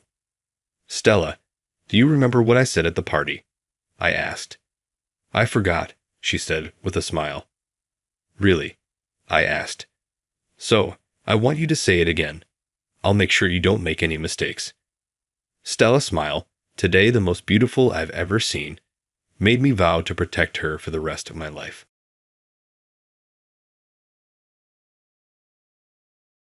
"People like you aren't needed here. Just disappear," my boss told me. Mary always had something nasty to say whenever we crossed paths. I finally reached my breaking point. I forced a smile and said, "Useless people should be fired, right?" "Yeah, finally you get it," he replied. Mary seemed to sense something was off, but took my reaction as acceptance. Her demeanor quickly shifted back to arrogance as she flashed a nasty grin. Little did she know, at the shareholder meeting the next day, Mary would end up kneeling before me. "My name is James Smith. I'm a 41-year-old salaried employee. I grew up comfortably, but everything changed when my father passed away from a stroke just before I graduated high school. Losing the breadwinner left my mother and me in a tough spot. My mother had no work experience, and I was preparing for college entrance exams. I also had a younger brother who was much smarter and had our father's high hopes pinned on him. I believed he would benefit more from college, so I decided to forego further education and start working. I took a part-time job nearby, and after a few years, became a full-time employee. The company I work for isn't as well-known or well-paid as some big corporations, but it has a warm, friendly atmosphere. Even though I only had a high school diploma, I was warmly welcomed. Many people shared their work knowledge and personal advice, thanks largely to President John Williams. President Williams had also given up on college due to family circumstances and started the company with a friend. Several employees, like me, had only high school or even middle school diplomas. President Williams always looked out for us, inviting us to meals and giving generous bonuses. His caring nature earned him the respect of every employee. However, that atmosphere was disrupted by Mary Johnson. Recruited as a department head for her exceptional talent, Mary came from a wealthy family and had attended elite schools. She flaunted her expensive accessories and often bragged about her possessions to us. Mary had a terrible work attitude. She looked down on employees without prestigious degrees, treating those with only high school or middle school diplomas as servants. Her comments made it clear she considered us lower in society. Unsurprisingly, she was avoided by everyone. Mary particularly disliked me and made snide remarks whenever we met. "So, you only have a high school diploma. I don't need useless grads like you on my team." Hearing this all the time left me exhausted. One day, I asked her why she spoke so poorly of me. Her response was shocking. "Poor people with only a high school diploma are unpleasant to look at. I don't want you in my sight." It seemed she genuinely felt that way, as she never gave me meaningful work and only assigned pointless tasks. Just yesterday, she handed me a broom and a rag, telling me to clean a storage room full of junk. "This room might be used someday. If you clean it now, it will be nice and tidy later. Even a useless high school grad like you can handle this," she insisted. I tried to explain that I was too busy, but Mary wouldn't hear it. "Maybe someone else who's free can do it, or we can handle it during year-end cleaning," I suggested, bowing my head. Mary was furious. "Are you refusing a task from your superior? You need to restart your career from scratch," she said, shoving the broom and rag into my hands and standing guard. With no choice, I began cleaning. After 10 minutes, Mary got bored and said, "Do it as soon as you're told next time. I'll let you off the hook for today." Finally, I could return to my actual work, but that was a mistake. A few hours later, Mary stormed in, shouting, "Why did you stop halfway? Don't you have any sense of responsibility?" I held back my frustration, listened quietly, and was left mentally and physically exhausted. Everyone in the office wondered how Mary became a department head. She had skillfully presented herself as a cheerful and kind elite during her interview, fooling the interviewers. Mary had a history of impressive achievements at her previous job, which earned her a department head role here. Her reputation for business management preceded her. When she first joined us, she made a great impression on the president and other executives. At meetings, she was all smiles and very proactive. It was hard to believe she was the same person I had met. When Mary initially arrived at our office, she was polite and professional. She introduced herself as Johnson, the new department head, and expressed eagerness to work with us. We had high hopes for her. But as time passed, her true colors began to show. She started acting like a tyrant. Mary had a habit of flattering the higher-ups while treating her subordinates poorly. Her behavior made other employees unhappy, and some even wished for a new department head. The office atmosphere became tense, especially with recent thefts of employees' money and belongings despite our attempts to enforce locker use and reminders not to leave things unattended. I was determined to catch the thief, but then a major incident occurred. One day, as I was about to leave for lunch, Mary stormed up to my desk and slammed a document down. "Don't think you can just go out for lunch. What are you going to do about this?" She thrust an email and a client complaint at me. The email read, "Your products are of the worst quality, frequently damaged, and overpriced. We are terminating future business." I was shocked. Mary accused me of sending the email, but I had no memory of it. I pointed out that the email wasn't even from my address. Despite my explanation, Mary was relentless. "Everyone else handling this client is a college graduate. Only someone like you would send such an offensive message." She insulted me, saying I was a menace to the company. Her accusations and insults pushed me past my limit. Instead of backing down, I decided to use all my power to teach Mary a lesson. I put on a forced smile and said, "Useless people should be fired, right?" Mary seemed to sense something was off but assumed I had accepted her opinion. She quickly returned to her arrogant self, sneering at me. From then on, Mary made snide comments like, "It's refreshing not to have a nuisance around," or "I'm glad to be free from babysitting an incompetent employee." Her cluelessness only made me want to laugh. The next day was the company's shareholder meeting. When I arrived at the venue, Mary saw me and confronted me angrily. "Why does a lowly employee like you here? This meeting is for insiders only." I calmly explained I was instructed to attend. Mary, ignoring me, started pushing me out. "Get out before you bother the president." I was at a loss, unsure of how to stay when I was being pushed out. As the shareholder meeting was about to start, the president arrived. Mary interrupted my explanation, putting on her polite smile for him. "This is James Smith." He was trying to attend the meeting without knowing his place. I was just sending him away. The president's expression darkened. "What are you talking about?" He turned to me. "Smith here holds 90% of the company's shares as a special controlling shareholder. Of course, he has to attend the shareholder meeting."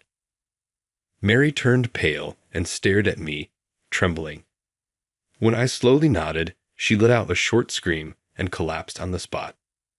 In reality, I own 90% of the shares of the company I work for. A shareholder holding over 90% of the shares is called a special controlling shareholder. Such a shareholder is a powerful figure with the right to demand that all other shareholders sell their shares through a resolution of the board of directors. This fact was known to employees at the manager level and above, but Mary was unaware. Mary had made herself disliked by acting high and mighty right after joining the company. No one bothered to inform her about the details. How could someone hold 90% of a company's shares? Normally, people own just a few shares, and even having more than 50% is unusual. Mary sat on the floor, mumbling to herself, clearly in complete confusion. Unable to watch any longer, the president began to explain. This company was actually founded by my father, who served as its president. However, when I was in high school, he suddenly passed away from a stroke. His best friend, who was the vice president at the time, took over as president. The president also arranged for me to join the company immediately after graduating from high school to groom me as the next president. There were discussions about making me president right away, but it was decided that it would be better for me to gain experience first to avoid risking the company and its employees due to my inexperience. So, I inherited 90% of the company shares from my father and worked on the ground while learning management skills from the president. My smarter younger brother graduated from college and now works as the executive vice president. I'm glad to see Smith has developed into a competent Templar. I'm thinking about stepping down as president, and I told you this when you joined. Mary struggled to get up, mumbling incoherently. It seems you weren't paying attention. I just assumed he was an incompetent, low-educated person. She was clearly shocked by my true identity. Mary inadvertently let her true feelings slip and was immediately reprimanded by the president. Watch your language. A person's worth is not determined by their educational background. But I think it's wrong for Smith to hold 90% of the shares instead of reflecting. Mary argued with the president. It's just because he's the son of a former president that he holds 90% of the shares. I am much more competent and contribute more to the company. Judge by ability. I was utterly astonished that she would declare herself so superior. The president seemed to feel the same way, letting out a deep sigh before speaking in a low voice. Smith is far more competent than you. He listens to the employees' needs, constantly improves operations, and boosts workplace morale. I do that too. Mary tried to compete with me, only making the president angrier. Don't be ridiculous. Do you think I'm unaware?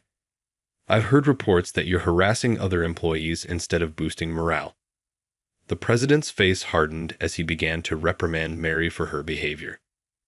You put on a good face for me and the upper management, but I've been informed about your horrible treatment of subordinates, looking down on people based on their education, assigning unnecessary tasks, and disrupting their actual work that was meant to help them grow their abilities. Mary continued with her weak excuses, but the president wasn't buying it. Enough. You don't need to say anything more. Besides, you are neither an executive nor a shareholder, so you don't need to attend the shareholder meeting. I already sent an email about this. What? I thought it was a mistake. I'm an extremely competent employee, right? I figured the president must have made an error in the recipient list. I was eager to attend today to assume the president made a mistake and then crashed the shareholder meeting. This showed just how brazen Mary was. The president sighed deeply and turned his back to her. Regardless, you weren't invited today. I'll be calling you in tomorrow, so go home for now. But I'm a highly valued department head. I'm essential for the shareholder meeting, Mary persisted. The president sternly ordered her to leave, and she finally retreated.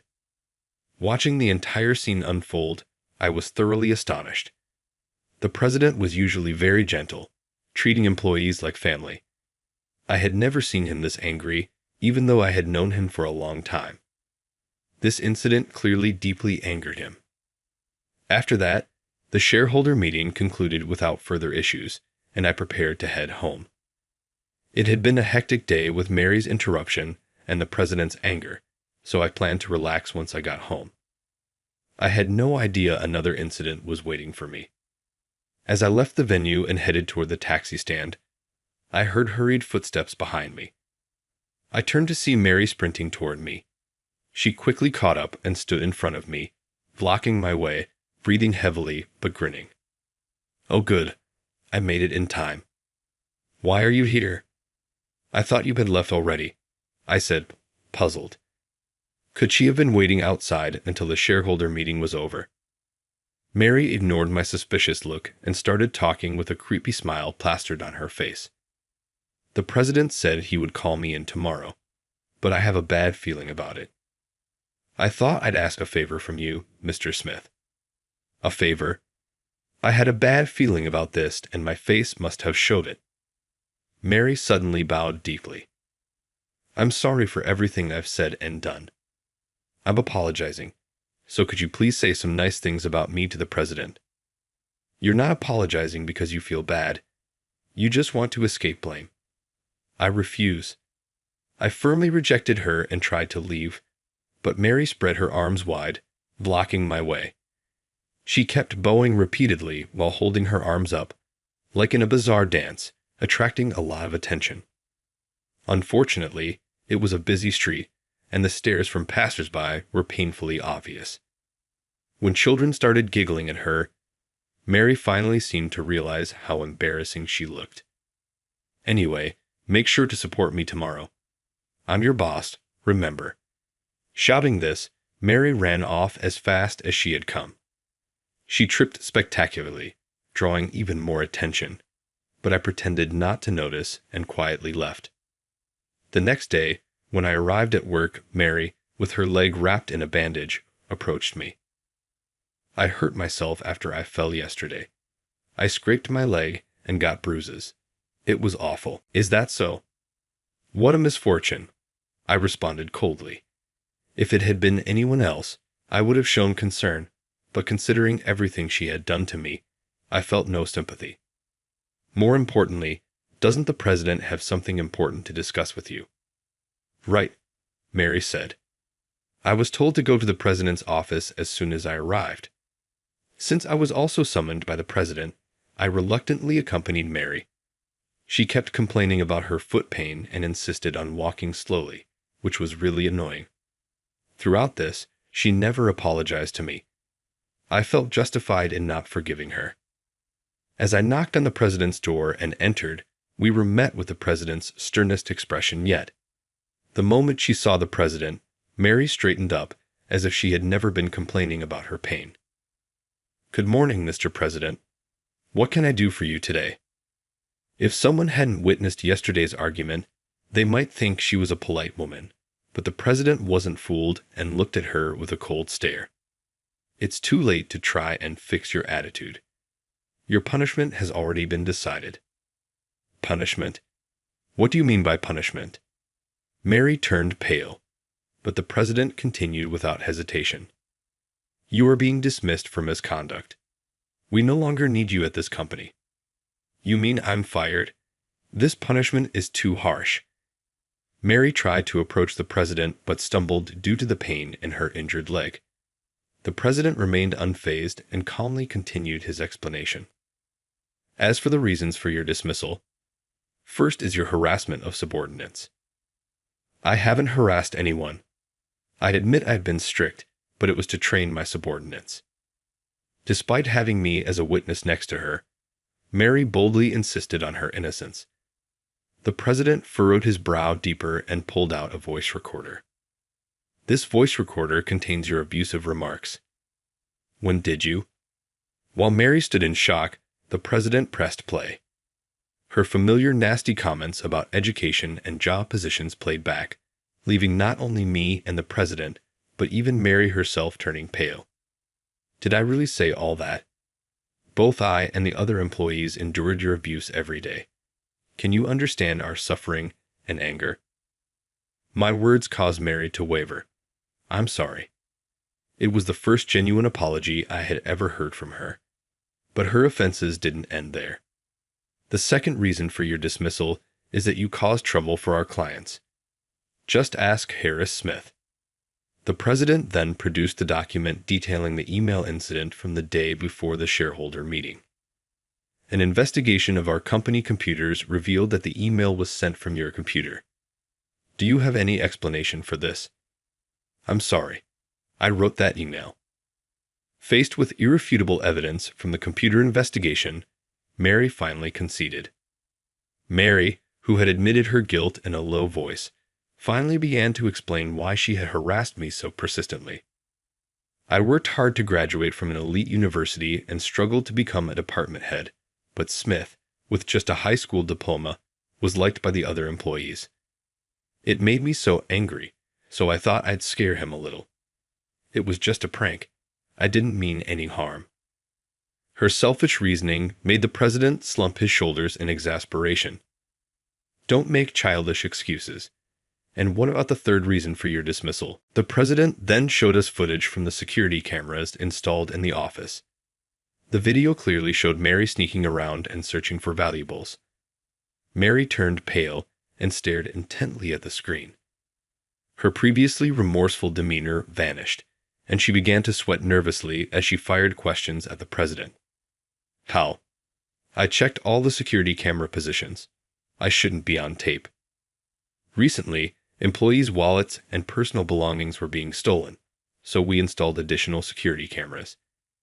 Even as a department head, you resorted to theft. What were you thinking? Scolded by the president, Mary lost all her strength and slumped to the floor. She hung her head and began to sob, but eventually she started to speak the truth. The truth is, I bought too many luxury items and went into debt. The repayment deadline was coming up, and my parents wouldn't help me anymore, so I resorted to stealing from the employees. I had no idea Mary was buying luxury goods on credit. Not being able to repay with her salary and being abandoned by her family left her in a dire situation. Why didn't you just sell the luxury items? I muttered. Mary burst into tears. I did sell them, but they said they weren't popular or had scratches, so they didn't bring in much money. I had held off on her dismissal, thinking there might be some reason behind her actions until I heard her side of the story. But after reviewing the evidence from the voice recorder and security cameras, it became clear that her reasons were petty and that she was a much worse person than I had imagined. It took some effort to gather all the evidence, but I'm glad I consulted the president and we made the right decision. Mary, please reflect and atone for your sins. As I spoke my final words to her, she cried and said, I'm sorry, but I couldn't believe her words until she truly paid for her actions. Afterward, we consulted the police about Mary, and she ended up with a criminal record. A thorough investigation revealed she had stolen from donation boxes at temples and shrines, which ultimately led to her imprisonment. I hope she sincerely reflects on her actions and atones for her crimes. Meanwhile, I spent my final year of training as Mr. Williams's secretary before finally becoming the president. Moving forward, I plan to continue valuing employee performance over educational background and aim to create a rewarding workplace. My brother, who was the executive vice president, has now become the vice president and is my indispensable right-hand man. His dedication inspires me to keep striving. I want to continue working with the people around me to cherish both the company and its employees.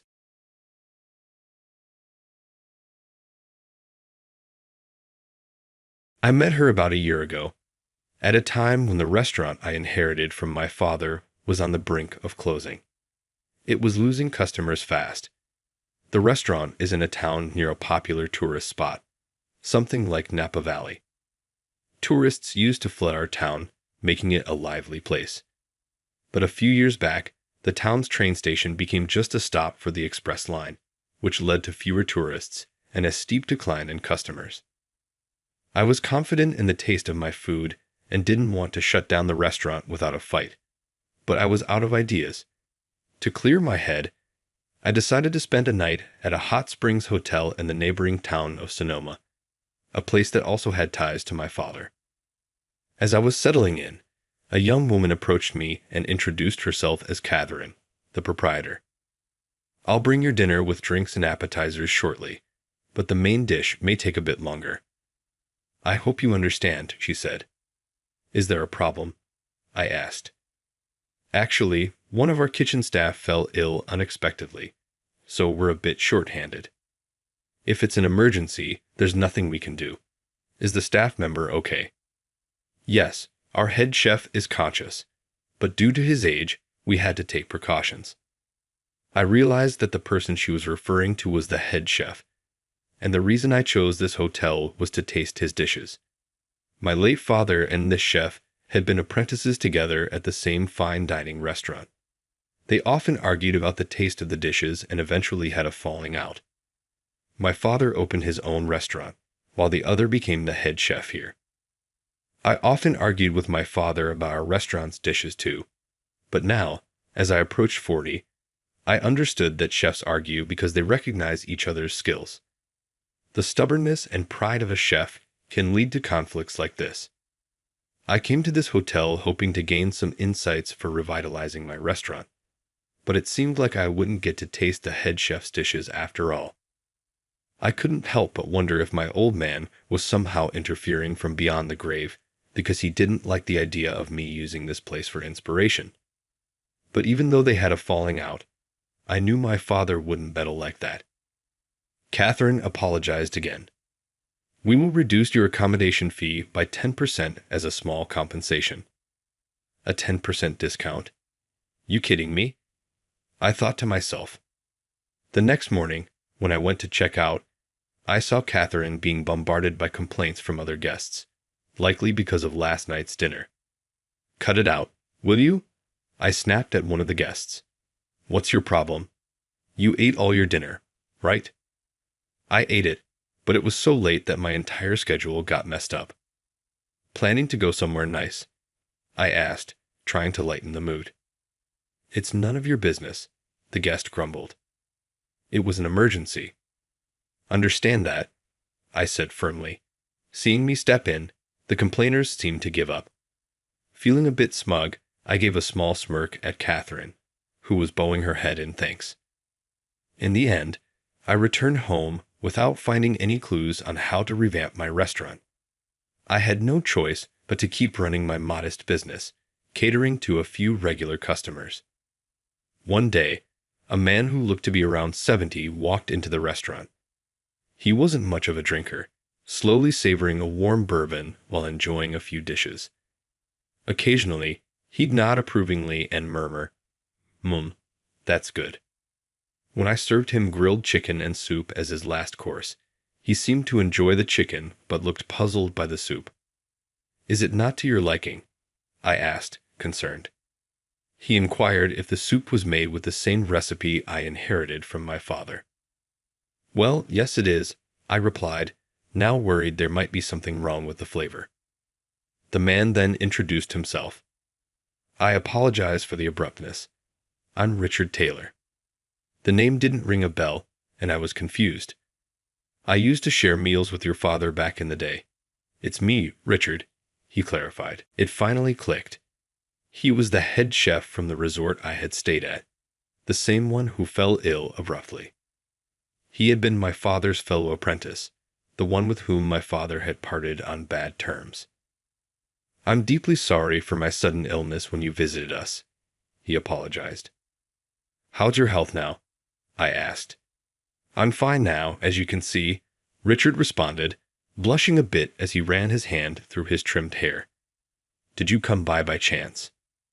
"I heard it from the young proprietress," I replied.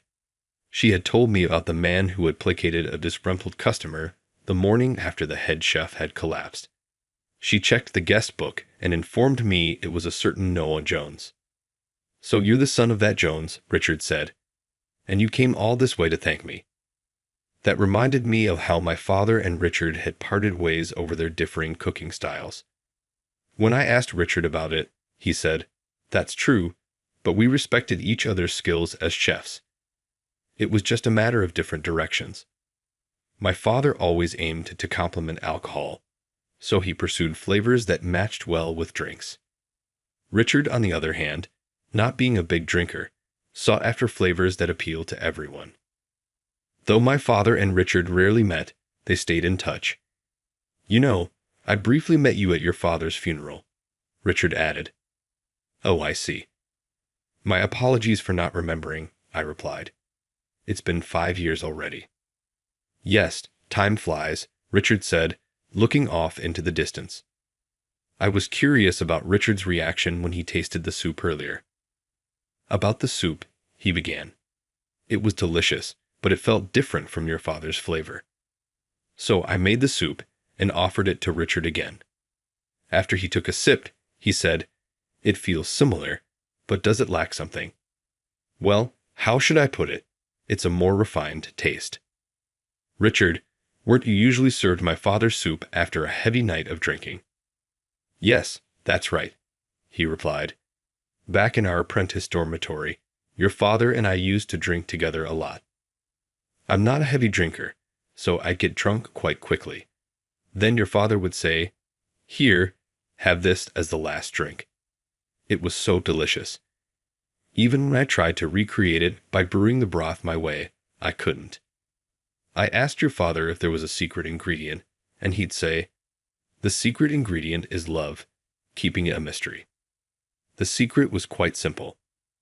My father's dishes were generally strong and flavorful to pair well with alcohol. However, he made his final course soup light. The method was straightforward, nothing special. He simply added 1 cup of hot water to 3 cups of regular soup stock to dilute it. After heavy drinking, that was just right and healthy, according to my father's philosophy. I see, Richard said, taking a sip of the soup I'd made from scratch, thinned with hot water. It seems I haven't had enough to drink tonight. Is it perhaps a bit bland for your taste? Yes, I admitted, and we both burst out laughing. We spent some time reminiscing about my old man. Toward the end, Richard got serious. Sorry to ask, but did you lose customers after the express train stopped at the station? Well, yeah, I guess so. Has it affected your business? It's been barely making ends meet recently. Why don't you come work with me after I retire? Richard asked. After you? Richard, you mean at your hotel? Richard explained that he's getting old and thinking about retiring soon. The staff he currently has are excellent chefs, but something is missing. It seems everyone's too obedient. They lack the spirit. We don't have anyone with the backbone your father had. I wonder if you'd be a good fit. I wasn't sure if I had as much spirit as my old man did. Plus, it wouldn't be fair to the chefs who'd been there from the start if I just walked in. I'm honored by your offer, but I can't give up on this place. It's my dad's legacy. I'm not ready to let go yet. When I said this, Richard seemed to understand and nodded several times. You're right. I was too hasty. After all, you're the son of that great man. He left me an invitation to visit his kitchen if I ever changed my mind, along with a complimentary voucher for his hotel. About 3 months passed since Richard started visiting my diner. My business was on the verge of collapse. Maybe I should go check out Richard's hotel. I wasn't ready to close the doors of my diner just yet, but I knew I needed to do something if I wanted to move forward. Mr. Jones, we've been expecting you. Did I arrive a bit too early? I asked, aiming to get there before the chefs got busy with dinner preparations. I'll call the head chef for you. He should be free at this time. That's why you came early, right? She said, smiling as she understood my intent. The head chef is also eagerly waiting for you. Hey everyone, listen up. This is Noah Jones, the man I've been telling you about. As soon as he guided me to the kitchen, Richard introduced me to the other chefs. Everyone bowed their heads and said, "Nice to meet you, Richard." I'm still not sure I understand it. It just happens that some of our experienced staff decided to go independent recently. Look, they are all young, aren't they? So, I told them that a friend of mine might be able to lend a hand. That's you, Richard said. But I felt a little uncomfortable. After all, I hadn't given up on my dad's diner. That night, after a dip in the hot springs and returning to my room, the hotel's maid had set up my dinner. When asked what I'd like to drink, I ordered a glass of bourbon. Shortly thereafter, the bourbon was brought in. The one who brought it was the young proprietress named Catherine. Thank you for coming today. Thank you for having me. Please, have a drink. Thank you. I'm honored to have the young proprietress herself serving me. Oh, it's nothing. I've heard about your father from the head chef. Recently, Richard has been talking about your dad to everyone every chance he got. He told me that the person I am now is because of your father. It's odd. My dad used to tell me about Richard, whom he had a falling out with. He referred to him as a fellow apprentice. I continued, you know what they say, the better the friendship, the fiercer the fight. I mused while I poured myself another glass, and then another from the bottle that Catherine had handed me. Please, feel free to indulge tonight, she suggested. She was quite persuasive, and by the time I was fairly inebriated, Richard arrived. How about this as a second helping from your dad? A nice bowl of soup to finish off, he offered. I felt a strong urge from Catherine and Richard to become a cook at their hotel, but I couldn't bring myself to close the restaurant my father had left me. That night, I was alone in my bed, and I couldn't fall asleep. What part of this dish do you not like? It's old-fashioned, the food Dad cooked. It doesn't matter what you said, we're serving this to customers. I remembered arguing with my father about cooking. Those memories faded in and out in my drunken head. My restaurant was quiet for the days that followed until one day an unexpected customer arrived. It was Catherine. Oh, you startled me. I just decided to come. Did Richard suggest you come here? Yes, partly, but I also wanted to come, she replied. Just a moment, please, I said to Catherine and pulled in the shop curtain that was hanging outside. Sorry, but we're closed for today. Because of me? Catherine asked, looking a bit apologetic. Since you're already here, and it's not like we're busy. I gestured around the empty restaurant with a resigned laugh. So things are really tough. Huh. I'm ashamed to admit it, I confessed. I heard rumors about a major blow to the next town ever since the express train started passing through, she mentioned. Anyway, let's forget about these depressing talks. Let's enjoy ourselves. Catherine was quite a drinker. She was the only daughter in her family that had been running a spa resort in the area for generations. Naturally, she became the young proprietress. She had learned to drink since she took over the role. I start working early in the morning, and I find myself looking forward to a drink after a long day. I'm the same, but in my case, I think I just inherited my father's love for alcohol, I replied. Just a few months earlier, Catherine and I had met only once or twice, but we were now talking like old friends. Come on, let's have another round. Another one? I asked, surprised. Yes, just one more.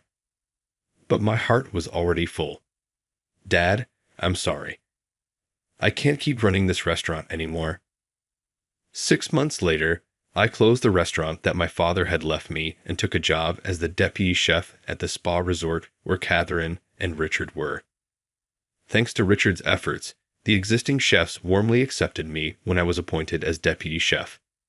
The young proprietress, Catherine, had proposed a condition. Please live here in this resort and join us for a drink after work. This was exactly what I wished for. I had no reason to refuse. Noah, come on over here. Let's have a drink again tonight. Why not? Let's do it. When I entered the room where she was waiting, I saw Catherine happily pouring whiskey. Here, have a glass. I responded with a nod and took the shot glass in my hand. As Catherine poured for me, I thought to myself, I'm about to turn 40. It's not that I haven't had girlfriends in the past, but I've stayed single up to this age. My late parents were late to marry, and when my dad was 40, I was born.